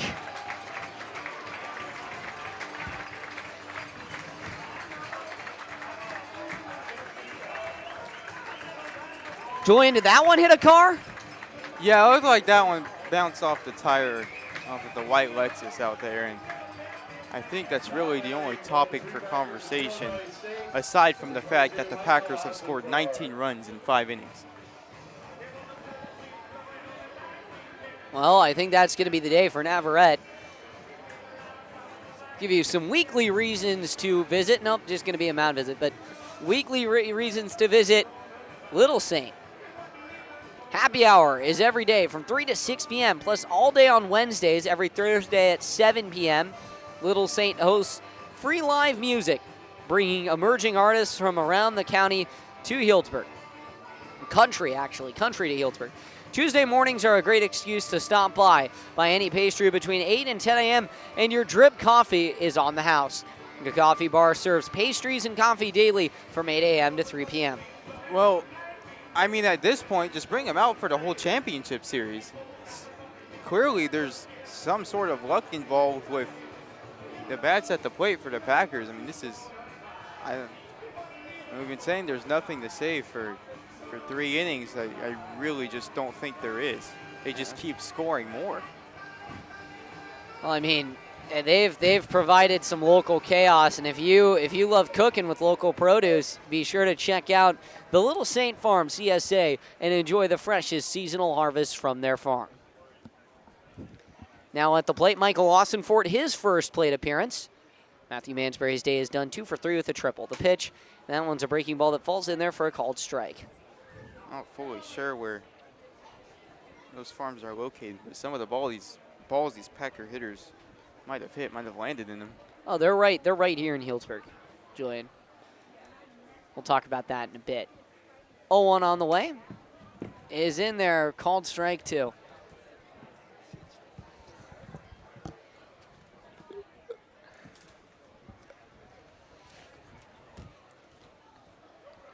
Oh-2 now. Austinfort waits. The pitch on the way. Breaking ball. Big swing and a miss. Oh, well. I guess that was just 0-1. So 0-2 now. Ladies and gentlemen, you're going to have to run. I mean, you might have to leave the game a little bit early if you want to get there before 9 p.m. The pitch, this one is grounded on a hop to short. Throw it on to first is in time for out number 2 now.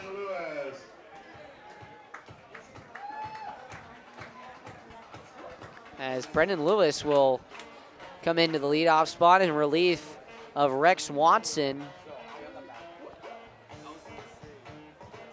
Packers bench is a little short-handed as of recent, with players departing, either wrapping up their summers, heading home, or the breaking ball is just outside 1-0, or some dealing with some brief injuries.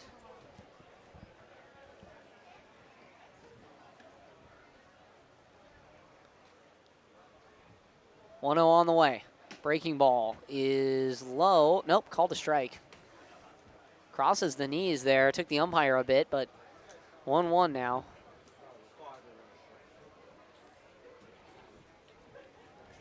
So 1-1, 2 down, the pitch.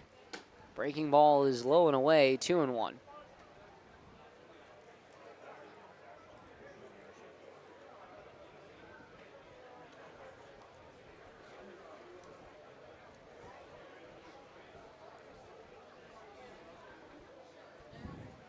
Two one on the way is swung on and hit. Dead center field. Coming in on it is Torres. He will not be able to get there as it drops just in front of him. Runner on first as, oh my goodness, the Packers just keep the inning going. Cannon Golden, if he's able to reach base here, they would bat around for shockingly the first time tonight. The second right night in a row the Packers have batted around. Have to make some adjustments to the scorebook. And we'll see if they're able to do it right here. Golden at the plate. Runner on first, 19-4 ball game here. The pitch on the way. Fastball is away, 1-0. How fast? 74? Okay. And Navarrete, I mean, Julian, I think they'd be better off putting you on the mound there, and maybe even Owen, one of our other interns who threw 76. You guys tied for second. The pitch, fastball is away again, 2-0. Yeah, I mean, just not locating on the mound right now. I mean, you know, speed is important, but speed isn't everything. You just got to throw strikes, and it's either been a ball or a pitch at the top of the zone that's been pretty easy to drive.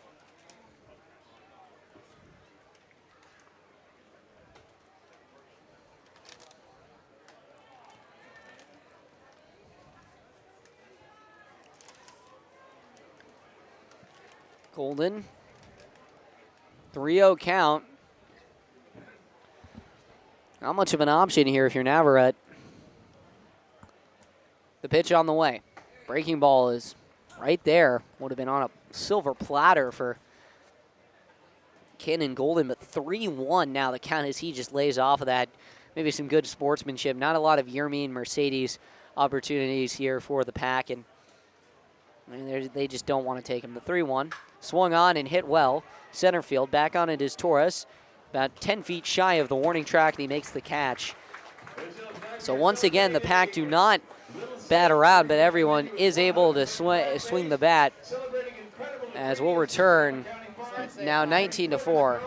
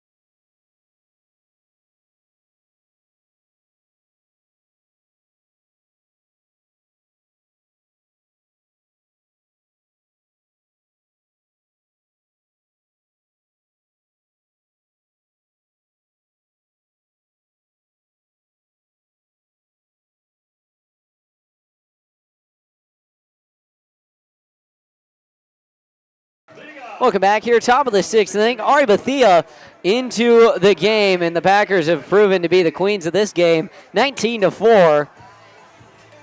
The final score of this game might be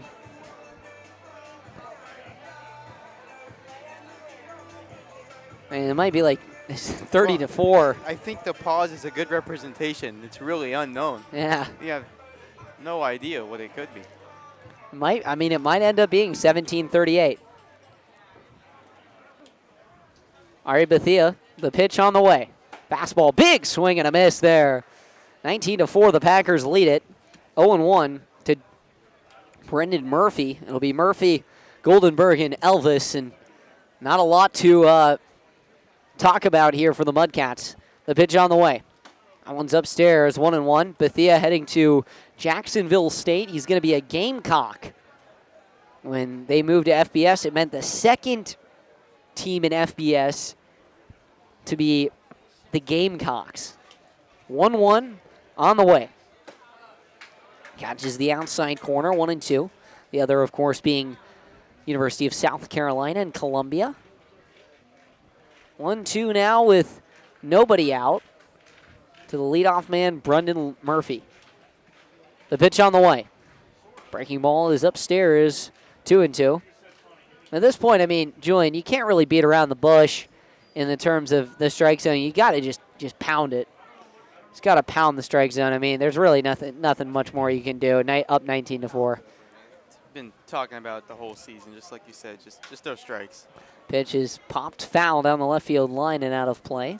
It's a lot of the time, you know, even with the Packers on offense, we see a lot of the runs come from just free passes. Teams just unwilling to throw the Packer strikes, and when they finally do, the ball is over the fence, and just like that, 3 runs are on the board. You got to stay in the zone.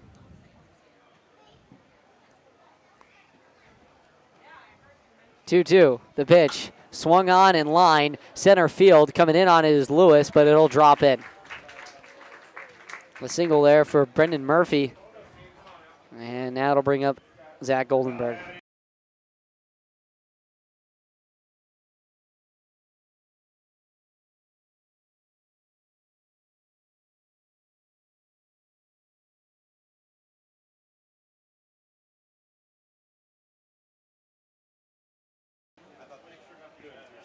First time in a while we've seen Lewis in center field. He's been in the infield for most of the year. I think saw him out there a couple times at the beginning of his time with the Pack, but he's done a good job in the middle infield. Here's the pitch on the way. Swing and a miss on the breaking ball. 0-1 now to Zach Goldenberg, who hasn't had himself the greatest of days. 2 strikeouts, 0 for 2 so far to this point. Bethia trying to make it 3 right here. 0-1 now. The pitch on the way. Fastball in there, called strike across the letters. Doesn't matter as they're going to ring up Goldenberg there. 0-2 now. The pitch on the way. Breaking ball, big swing and a miss. Not much you can do there if you're Zach Goldenberg. 3 up, 3 times up, 3 times down by way of the K, and all time swinging as Cal Elvis will come to the plate. Runner on first, 1 down.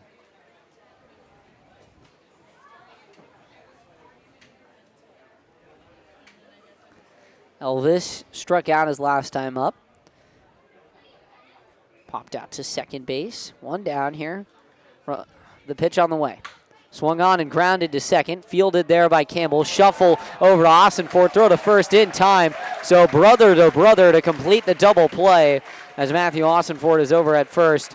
19-4. When we return as the Packers close out the inning with the double play.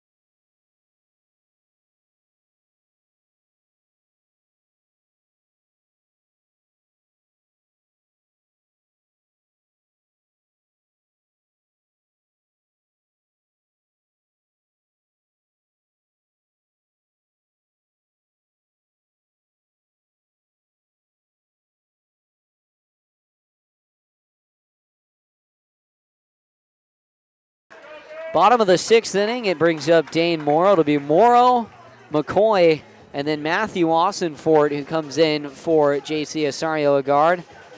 Morrow so far a single and homer away from the cycle. Likely 2 at-bats left, so we'll see what he can do right here. New pitcher in the game is Ethan Perkins. The first offering is outside 1-0.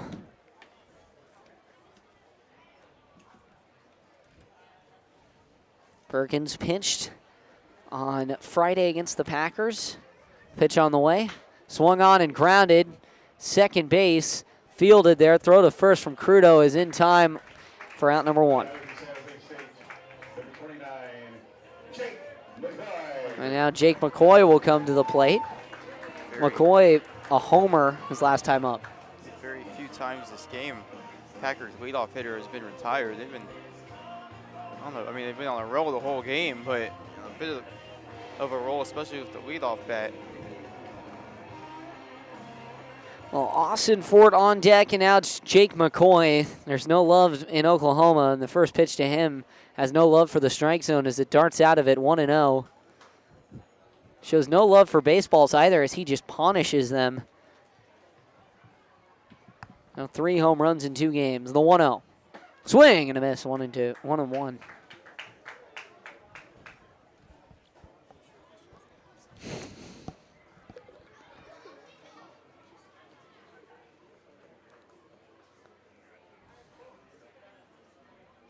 1-1.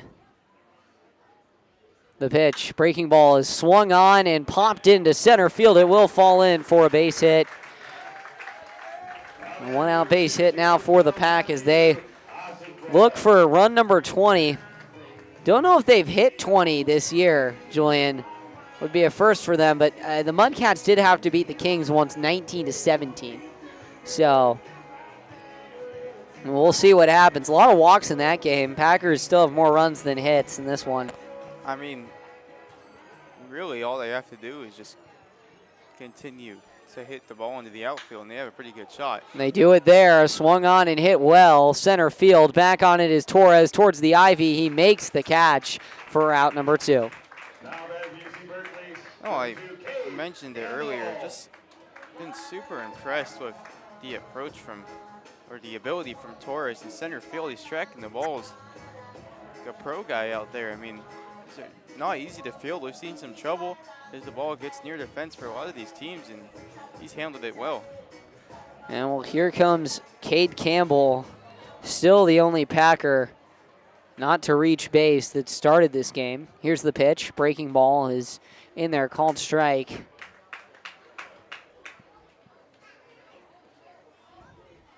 Good time to get going. A 1 now, 2 down. Runner on first is McCoy. He leads away. The pitch on the way. Breaking balls, a big swing and a miss. That slider working well here for Perkins. Will be the first time the Packers are held scoreless in an inning tonight. Campbell is retired here. 0-2. Perkins. The delivery. Breaking ball is off the outside part of the plate. A 1-2.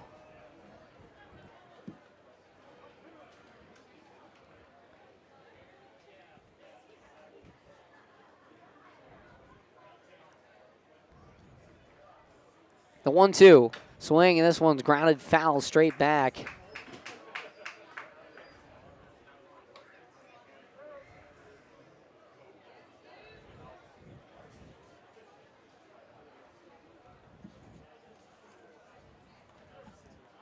One, two. 2 down. Breaking ball is away, 2-2.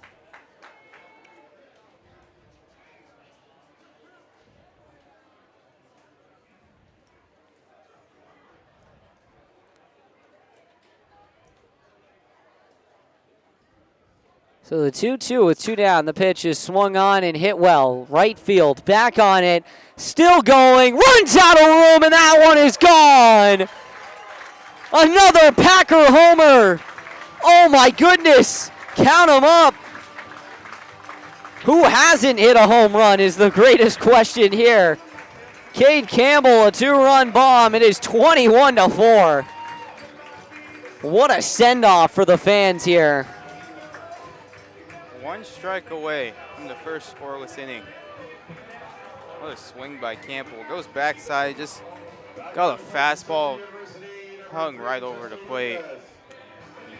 6 homers now, and it's going to bring up Justin Lucas. He'll come into the game to catch in the 7th. Oh, my goodness. Unreal.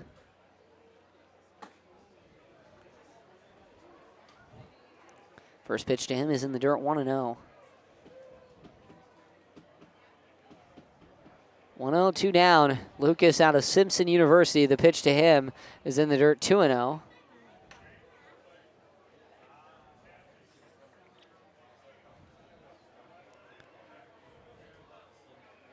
Perkins having some trouble here.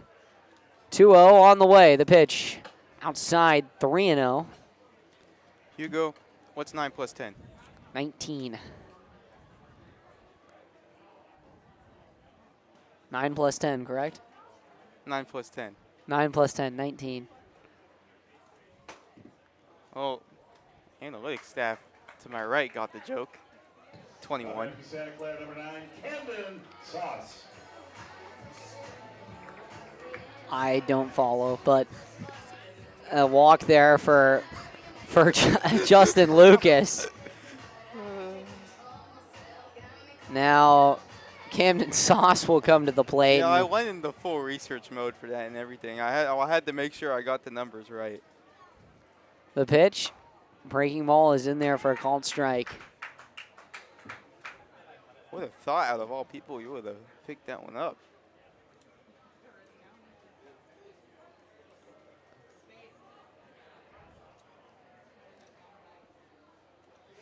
Oh, 1 swung on and fouled straight back.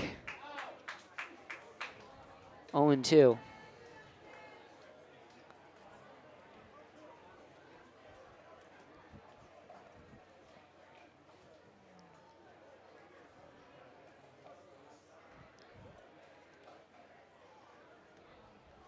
The 0-2 breaking ball is swung on and popped up dead center field.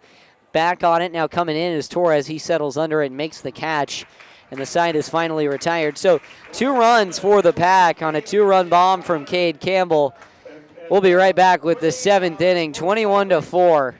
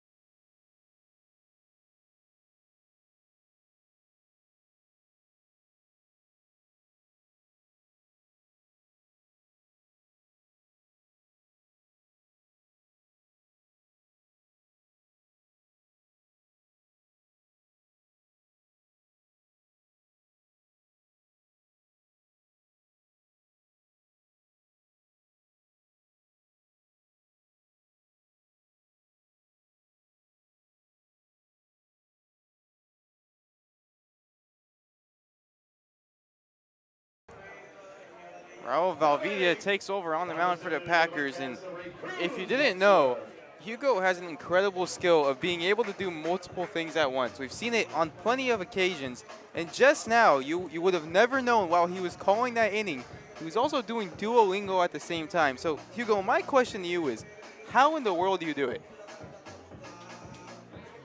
I just do it. I mean, like, all I'm gonna say, Julia, is 19-4 game. You know, there's really nothing. I got a streak to keep up. There's nothing really going on here. 21-4. Final game of the regular season. I mean, half of the fans have left. I've even seen some players' families leave. I mean, I just saw Matthew Mansberry's family leave the ball game. I just do it, and I've got a streak to keep, the two famous lines from Hugo Traverso. And he's absolutely pumped. He's on a roll right now. Cruz Wexler at the plate for the Mudcats. The double on the day, 1 for 2. Valvidia delivers. That one misses just a bit high.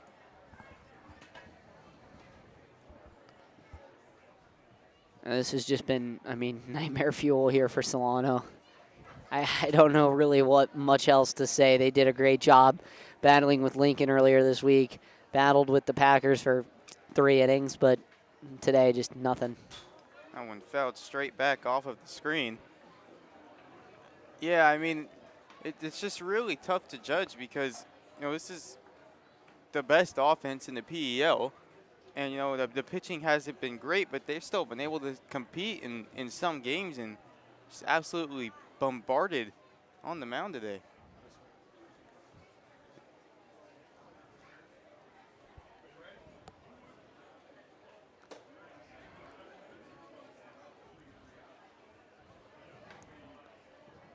In a tough year for Valvidia on the mound. 4.26 ERA. 6 runs in 6.1 innings. A flashy glove though, light blue, teal. A great trim. Down 3-1 in the count here and walks the leadoff batter, so not what you're looking for if you're the Packers. Up 21-4. There's nothing like a bat flip on a bunt when you're down 21-4. That's got to be the greatest feeling of all time. Well, you know, Elliot Ramos, outfielder for the Giants. I'll say outfielder. Been playing a lot of right field, but he bat flips every walk. And there was one game, I don't remember who they were playing, but they were down by a good amount. He bat flipped on the walk, stared down the opposing dugout, and everybody on Twitter was absolutely losing their minds. And all the Giants people were like, "Well, this is just normal." Everybody's got their own thing. Again, outside from Valvidia.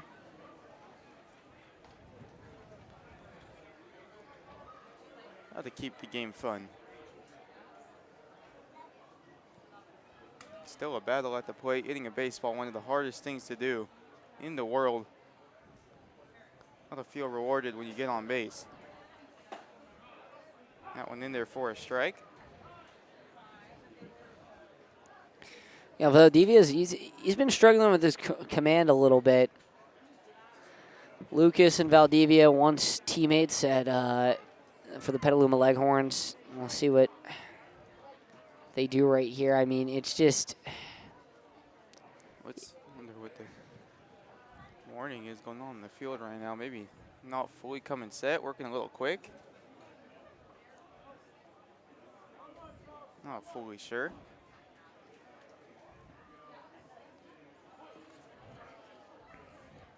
Wexler with a medium-sized lead at first. Now covering the bag, Matthew Austincourt. This one doesn't catch the zone. Again, a hitter's count for a Mudcats batter.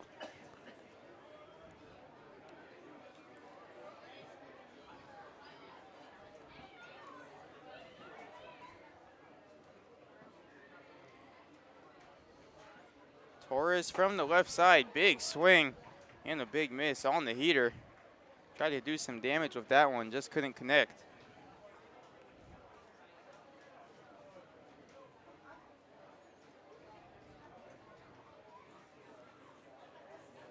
Count even at 2-2. Wexler leads off of first. Valvidia out of the stretch. This one driven center field. Lewis When the set, it's not going to be Lewis. It's going to be Campbell. That one absolutely died off. Lewis fooled me out there. First step was back, and it was pretty quick. Next thing I know, he just kind of stopped running. Now batting with the Mudcats, number 2, Easy play for Joaquin Campbell. Stewart. Just behind second base, 1 away. Yeah, good to get that first out there for Valdivia. Try and, you know, keep it rolling on the mound. Packers have been pretty solid besides the little blip there from Castles in the 5th. Really not much you can really do about that other than put up 5 runs in the bottom of the 5th, which the Packers did. So just keep it rolling for the offense. Get us to stretch time and keep things going. First pitch to Stewart, misses on the outside. Just a little refresh on the defensive alignment for the Packers. Camden Sauce still at third. Michael Austinfort is taking over at short. Kid Campbell at second. Matthew Austinfort, brother of Michael, at first. Brendan Lewis, obviously in center field. Justin Lucas behind the plate. This one misses in, bounces off the glove of Lucas. Going to ricochet off of the backstop. Free 90 feet for Cruz Wexler.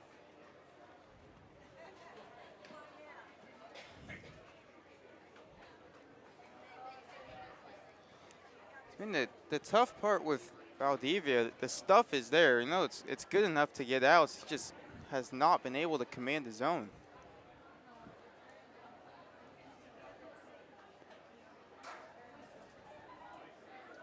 Checks the runner at second.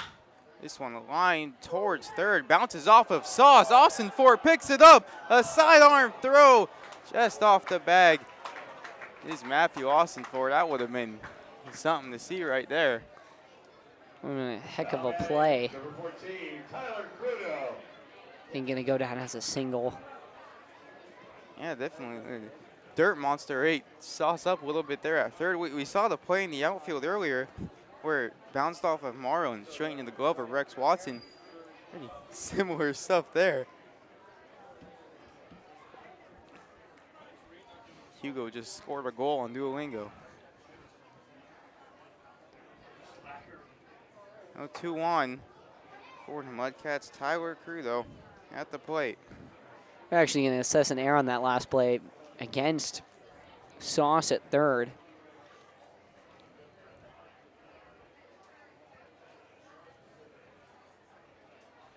Yes.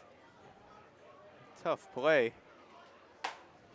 In the 50-50 zone, that one in there for a strike.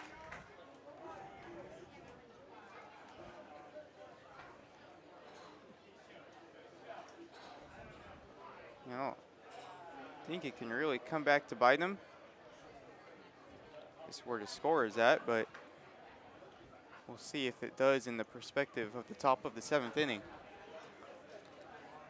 Campbell 6 back over. They're covering second. That one misses inside.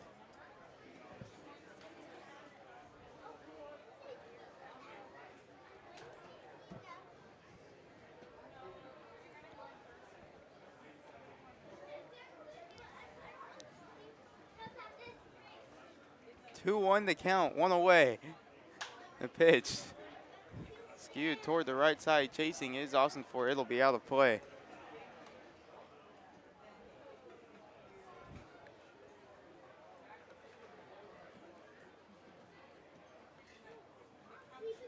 And 1 out in the inning, 2 guys on. Familiar situation. Raul has found himself most of his time on the mound in traffic on the bases. Oh, good opportunity to try and work out of it. Little shot toward the right side, going to spin towards the Mudcats dugout.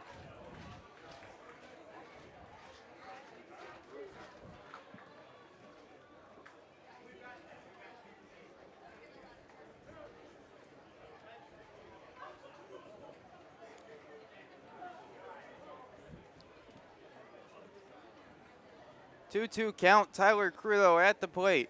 Alvidia comes set, checks second, and fires. Swing and a miss on the off speed there. It's Crudo to go down swinging. 2 away.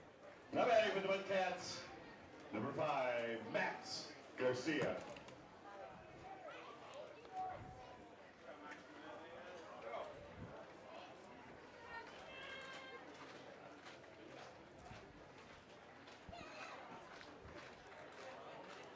Oh, Max Garcia, man standing in between Raul Valvidian, getting out of this inning scoreless. Still 2-1. Wexler on second. Stewart on first. Strike there.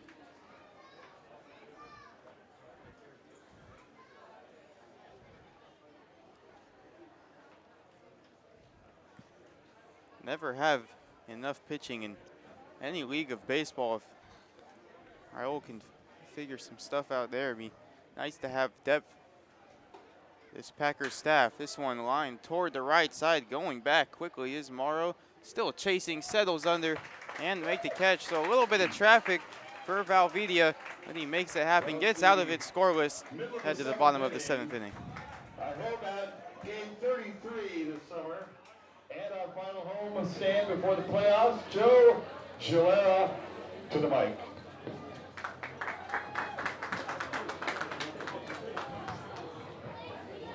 For the last time this season. Oh, I know we got championships, but the last regular game in this season. Stretching and up, everyone, and we sing. Take me out to the ball game. Take me out to the crowd. Buy me some peanuts and Cracker Jack. I don't care if I ever get back, and we'll root for the Packers. If they don't win, it's a shame. For it's 1, 2, 3 strikes, you're out at the old ball game.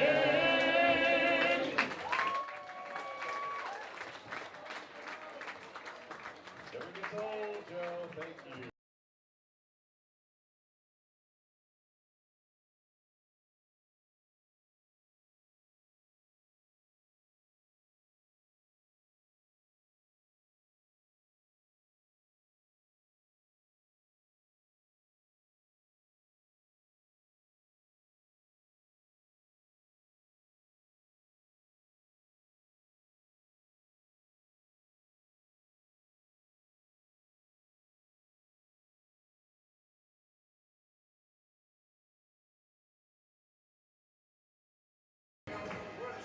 Michael Austin Fort here to lead it off for the Pack.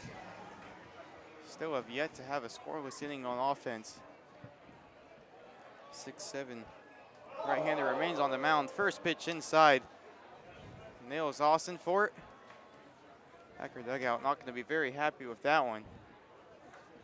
Such a big lead. Yeah, Mudcats just need to feel and find a way to get out of this inning and get their bats back up. Honestly, just get through the game. 21-4, not really much you can do. Maybe Brendan Lewis step into the plate. Tough guy to double up, but it would be ideal to try and roll a pair for the Mudcats. First pitch, again, misses in. This one doesn't catch Lewis.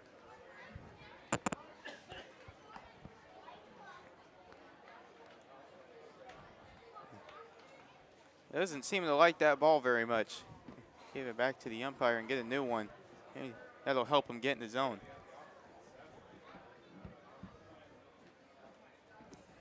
Get in the zone. I don't think they've been in the zone all night.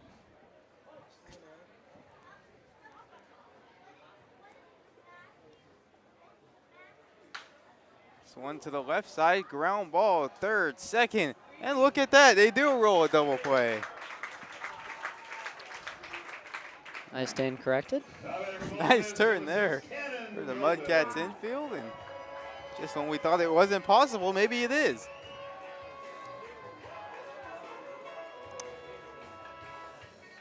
I still don't think it's possible. 5-4-3, they have 2 outs. Cannon Golden to the plate. Has not homered in this game. The trend continues. He might here to keep the streak going. Oh, sprays a fastball the other way into the gap. Having a little trouble out there reading it. Is Elvis, but ends up gathering, and 2 out single. Cannon Golden keeps the inning alive. Still a chance for Morrow here.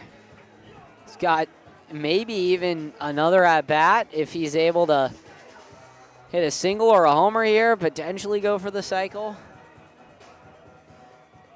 Flew around the bases in the second at bat with a triple. Double in his third at bat, hit by pitch. His fourth, ground out last time up.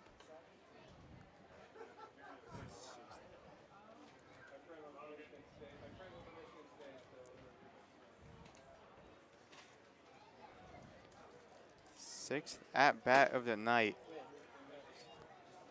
Truly unbelievable stuff.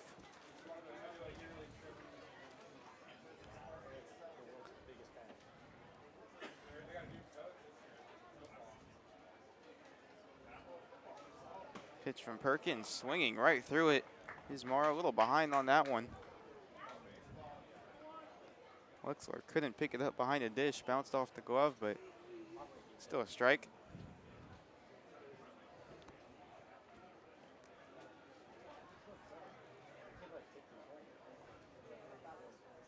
Very, very tall righty on the mound, trying to get out of one. This one grounded towards the right side. A nice play over there. The Packers first base coach.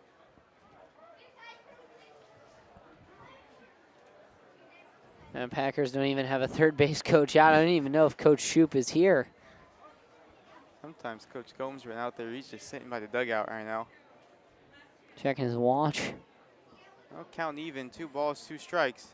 Even 2 outs. Perkins delivers that one in the dirt. You gotta wonder, there's a lot of height on this Packers team, but I mean, 6'7" on the mound. Like 6'7" on top of the mound, I mean, adds even more. Packers hitters gotta feel small at the plate. This one lined into right field, but right there is Bartram, and can you believe it, folks? A scoreless inning for the Mudcats on the defensive end. Finally, keep the Packers from scoring 21-4. Stay with us.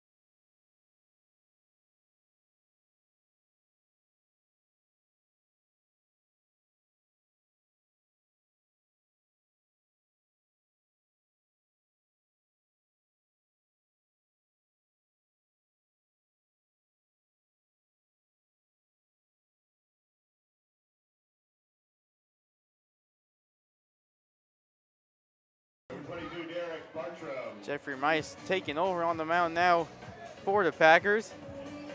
Attended Casa Grande High School in 2024. Fun fact, he had a 4.0 GPA. It's pretty good. Yeah, very good. He's joining fellow Casa teammates Jake McCoy, Austin Steves, Bryce Cox, a few others. A lot of great CASA players have come through here.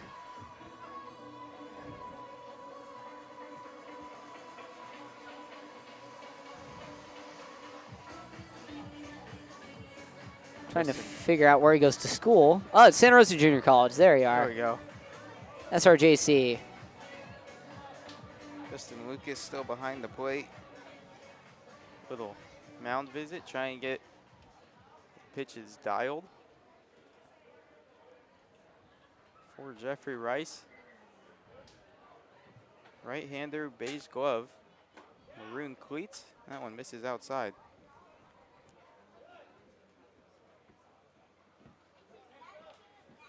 Derek Batram at the plate for the Mudcats. 1 for 3 on the day with a single.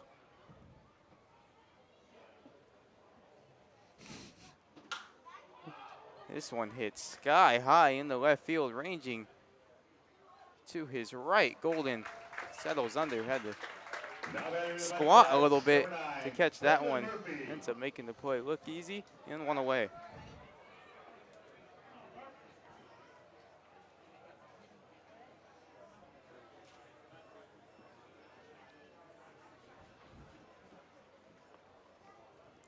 Going to be the lefty Brendan Murphy stepping into the box now.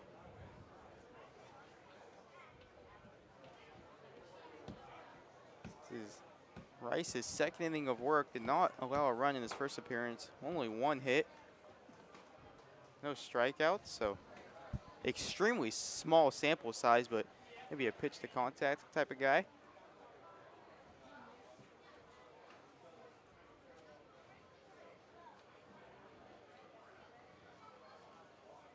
Right-hander comes set, delivers. Absolute hack at the plate from Brendan Murphy, but he comes up short.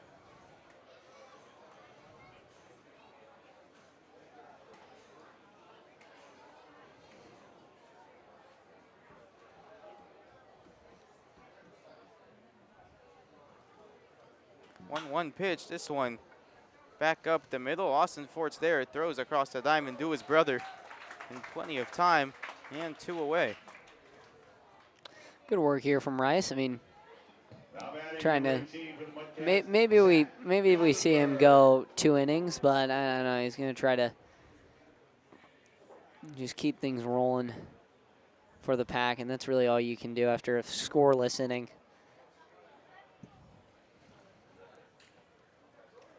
Rice gets the sign, comes set, working out of the stretch even with no one on. This one skied in the air. Austin Fort yelling super loud. Made sure everybody knew that was his ball. He makes the catch. 1-2-3 inning for Jeffrey Rice. 21-4 is the score. We're heading to the bottom of the 8th inning. Learn more at littlesteightHealdsburg.com.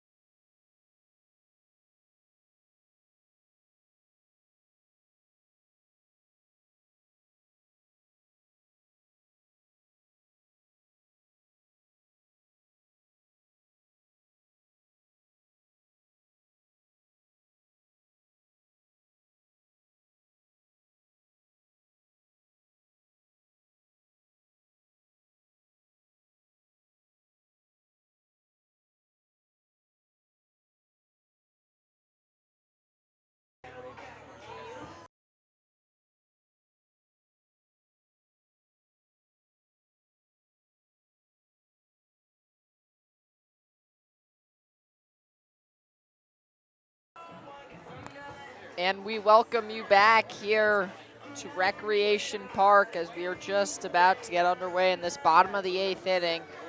Packers are up 21-4. Reed, what do you think about this so far? It's been a tough game for Solano, but the Packers' bats have been hot for sure. With I think 7 home runs. No doubt, and McCoy has one of those out to University Street at left field. He did that in the 5th inning, and you know, everyone's had a pretty nice night at the plate, Reed. Yeah, everyone. I think everyone in the lineup has a hit actually, and it's happened a few times this year, but it's definitely rare. It's pretty cool to see. And it's a league game too. You know, we see the Packers struggle more against non-league opponents, as that one's upstairs.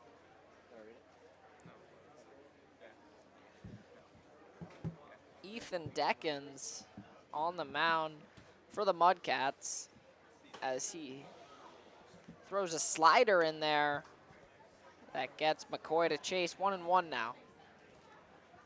McCoy coming back from Trenton. We're at 10 at-bats and 3 games. As that one's popped out to right field, kind of in the Bermuda Triangle, and the the first baseman makes the catch. What a grab there by Goldenberg. Now batting, University of Michigan, number 12, Matthew Ossenford. And now up is Matthew Ossenford from the University of Michigan.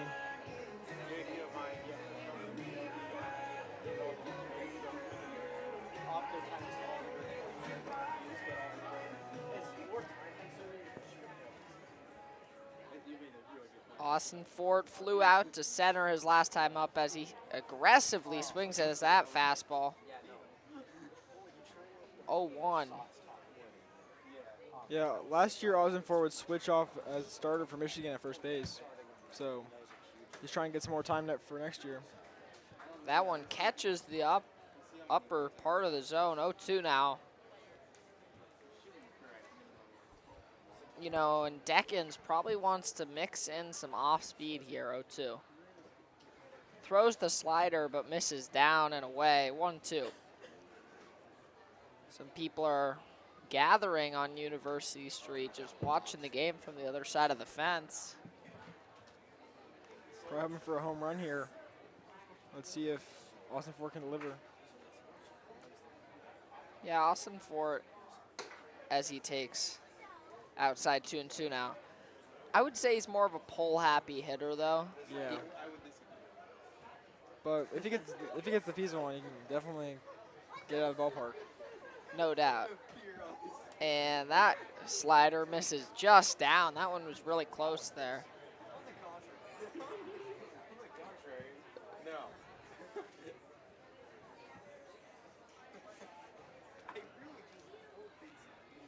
3-2. That one's popped up, but it will get out of play. 3-2.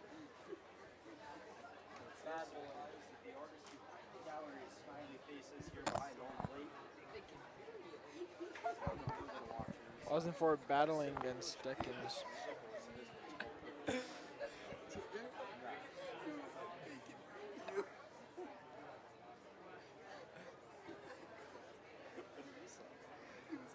Deckens shakes again. He gets a sign. Kick, stand, fires. That slider misses low, and 0-2 to a walk for Ossenford. Great AB there. Now Yeah. Cade Campbell will bat. That's definitely gonna be tough as a pitcher, just being up like that and just losing that bat. But Ossenford definitely battled there, so pretty good fight.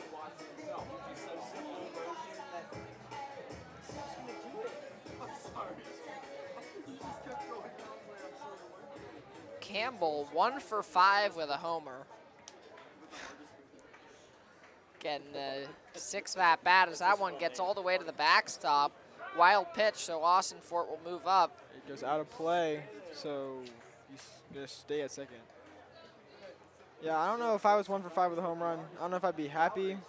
Like, Campbell's he's probably all right with his performance today.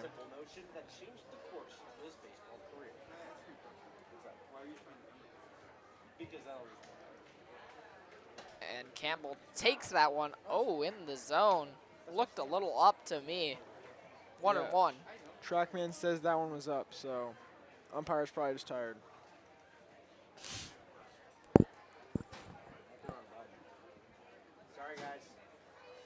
As that one's lined down the left field line, it'll get down. Austin Fort chugging around third. He'll head home. Campbell takes a hard turn and stops at first. And the Packers tag on another run, 22-4. Alabama Pacific University, number 39, number 3, Justin Lucas.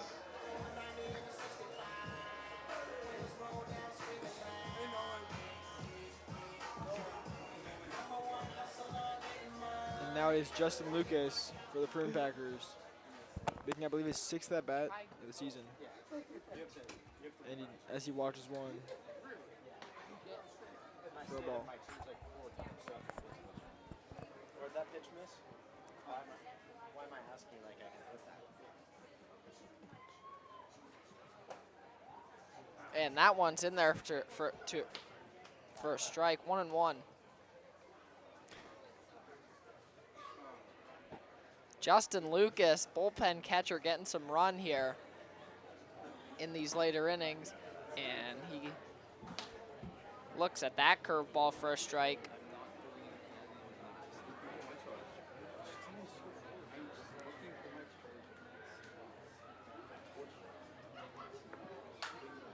And he fouls that one back. Lucas wearing the infamous number 3 that was for Hideki Prather earlier this season. He got drafted by the Twins, so congrats Hideki.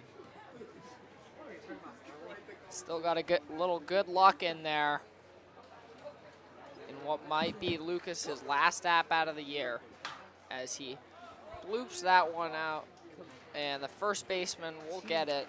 Goldenberg retires him, and there's 2 away. It's Camden Sauce. Camden Sauce. Sauce today has been walked, hit by pitch, and has a home run. So a great game by him. He's raised his average to 304 on the year with this performance. Yeah, he struggled in college a little bit, but it's definitely probably very good for his.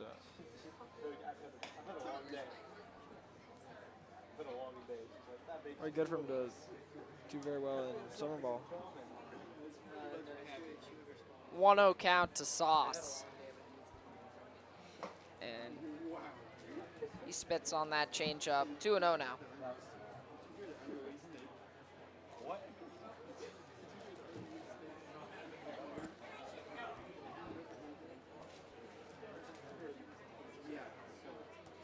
Camden Sauce takes outside 3-0. Yeah, Sauce was he's from Santa Clara University. Before that, he was at TCU. He's from California. He was one of the top recruits for the state of California, like top 50. And our camera is down, so we're just gonna have to go radio style here. 3-1 to Camden Sauce. He's had a nice night at the plate. Reached all 3 times. Deckens delivers in there for a strike. Sauce thought it was ball 4. Almost tossed his bat. 3-2 now. That one was in there, top, high inside. Just clipped the strike zone.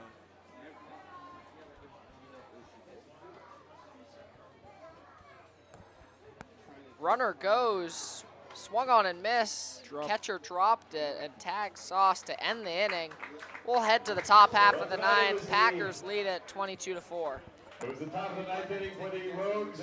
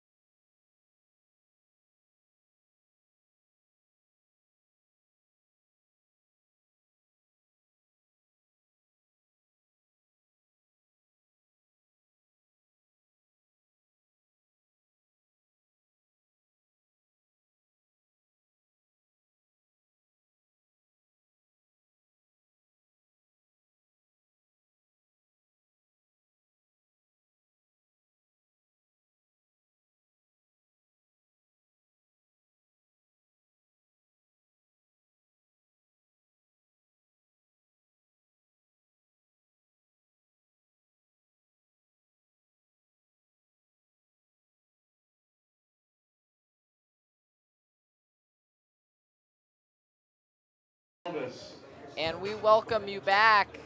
Cal Elvis will lead it off for the Mudcats as they need a little bit of a rally here to come back. Paul Grossman is the new pitcher for the Prune Packers. He has a 0 ERA. He's from USC.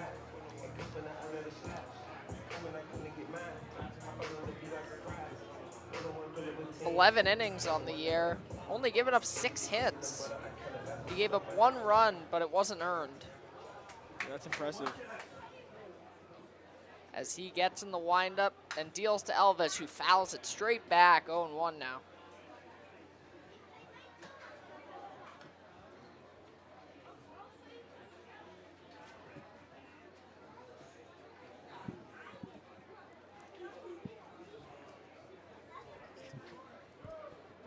Elvis 0 for 3 on the night. Last time bounced into a double play as Grossman throws a slider but can't get it to bring it fully back. 1-1 now.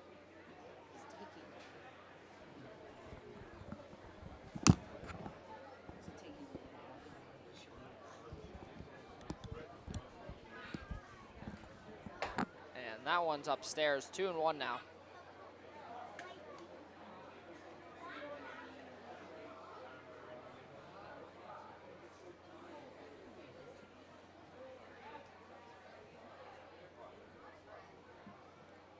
Oh, and that one clips some little chin music there. Oh, looked like it hit him, but they're gonna say it didn't. 3-1 now. Yeah, especially if I'm the hitter at this point, I just want to hit.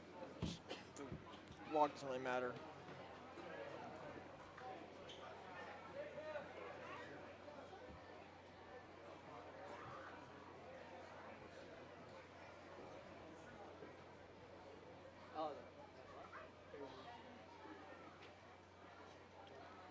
And that one's in tight, so Grossman walks the leadoff man, Elvis. For the Mudcats, number 8, Cruz Wexler. Last year, Grossman at USC pitched 3.2 innings and gave up 2 earned runs.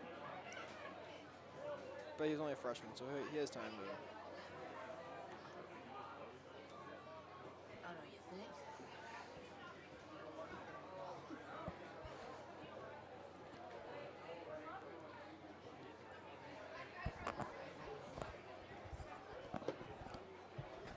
Grossman out of high school was the number 5 left-handed pitcher in California and the 359th overall prospect in the U.S. Well, the catcher, Cruz Wexler, has had a nice night, double and a triple.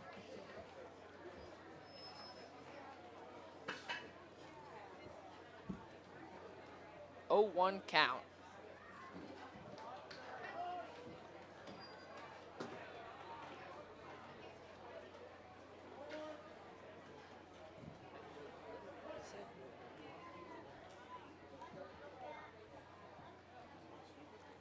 And that one's outside. 1-1 now.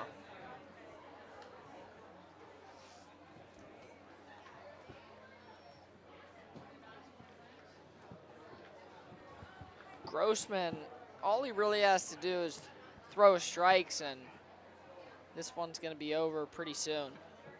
As he deals, and that one's in there. First strike, 1-2 now. Yeah, Grossman, he's been able to do that really well this summer. It's probably one of his best traits.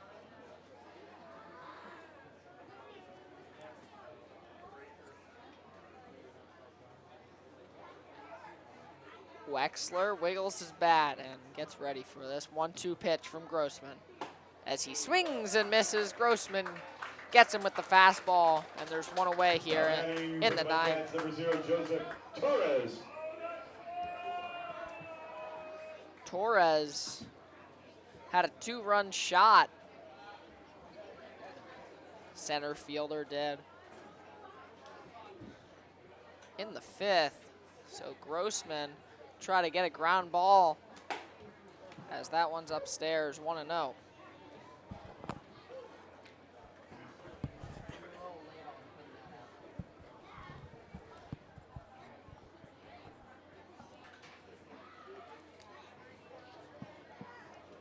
One-0 count.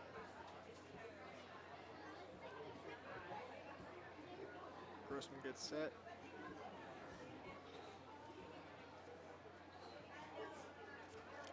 And that one's grounded. It's not going to be fast enough to roll 2, but they do get the out at first. It's called catcher's interference, so the runners are safe. Wow. So just one away, first and second now. Now batting for the Mudcats, number 2, Joaquin Stewart.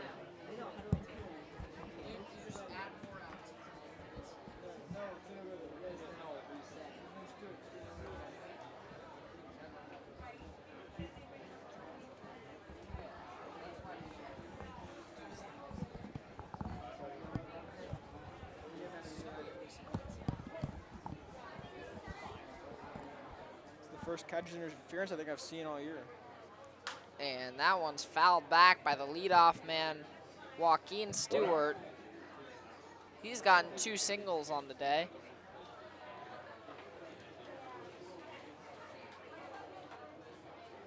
Yeah, Solano's offense, they haven't been terrible. They've been pretty good today, but the Packers have just been incredible at the plate. So, I mean, 4 runs looks a lot less when there's 22 next to it, you know? yeah.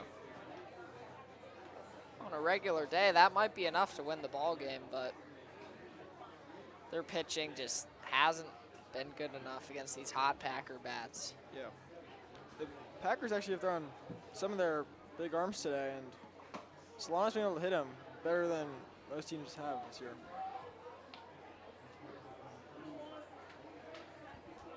Yeah, I know.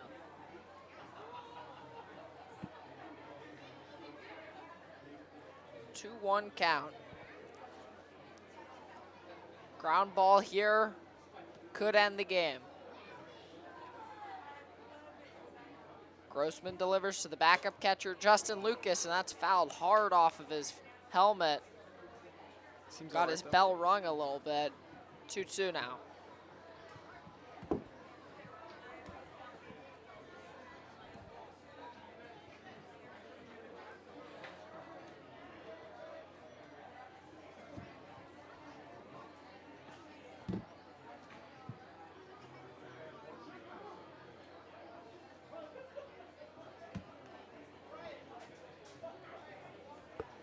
Grossman looking to finish this one off, and that one barely in tight.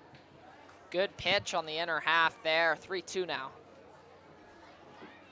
Yeah, I'm surprised he didn't chase at that because that was a great pitch by Grossman. Perfect spot, too. Full count, 1 down. First and second for Stewart. And that one's lined out to center field. Watson is under it. Runner from second is going to tag, but a nice throw from Watson. Barely going to get in there. A great effort from Rex Watson out there in center to almost get the third out at third there. Nevertheless, first and third, 2 down. Yeah, that was an incredible throw by Watson. Almost got him, but just not quite. And it'll come down to Tyler Crudo, the second baseman. He's 1 for 4 with a double today.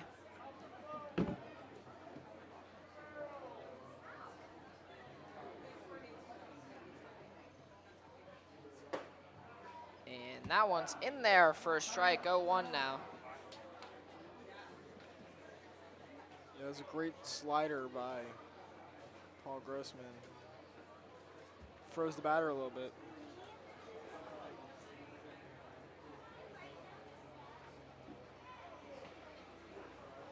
Grossman delivers, and it's low and inside.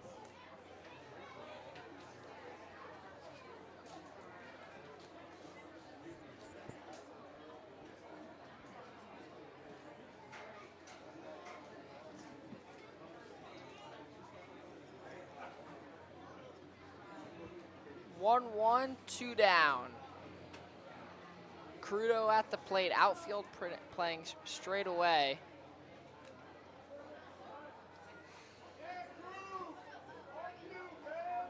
calls time. Still got a couple Mudcats fans here in the park. They're cheering on Tyler Crudo. Yeah, it's surprising. The show out tonight's just been really good. And a lot of people are staying until the end, which is impressive in a 22-4 ball game.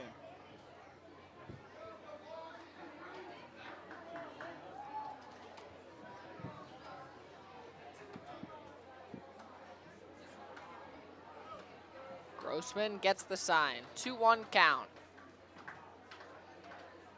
And that one's driven out to left field near the flagpole, going back. That'll go! 3-run shot by Tyler Crudo. That was incredible. Wow.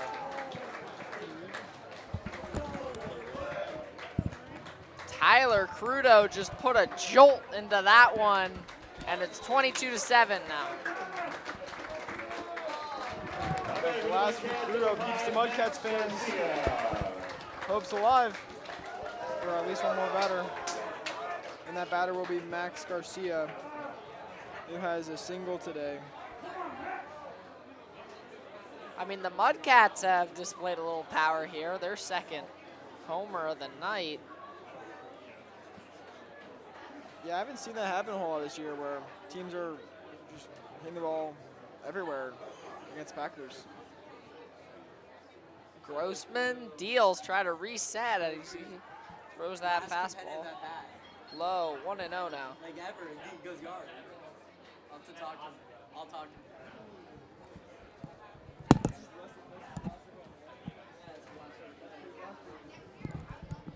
Grossman deals, 2-0 now. I mean, Grossman, you still got a 15-run lead. If you throw it in there, you're going to get out of this. Yeah, it's...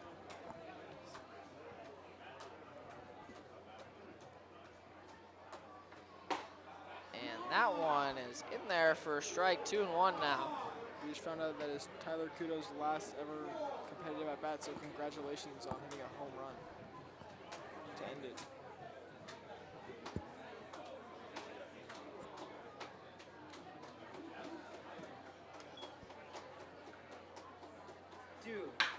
And that one's grounded over to the shortstop, Michael Ossenfort. Throw on the run is in time. And that will be the final out of the game. Packers win it 22-7. They've hit 7 home runs today. Mudcats tried to stay competitive, but at the end of the day, Packers just had a little too much firepower. Yeah. Reed, what do you think about that? I thought it was an awesome game. Just a bunch of home runs everywhere from both teams. Just an overall power display. Mudcats almost started a little fight at the end, just not near enough.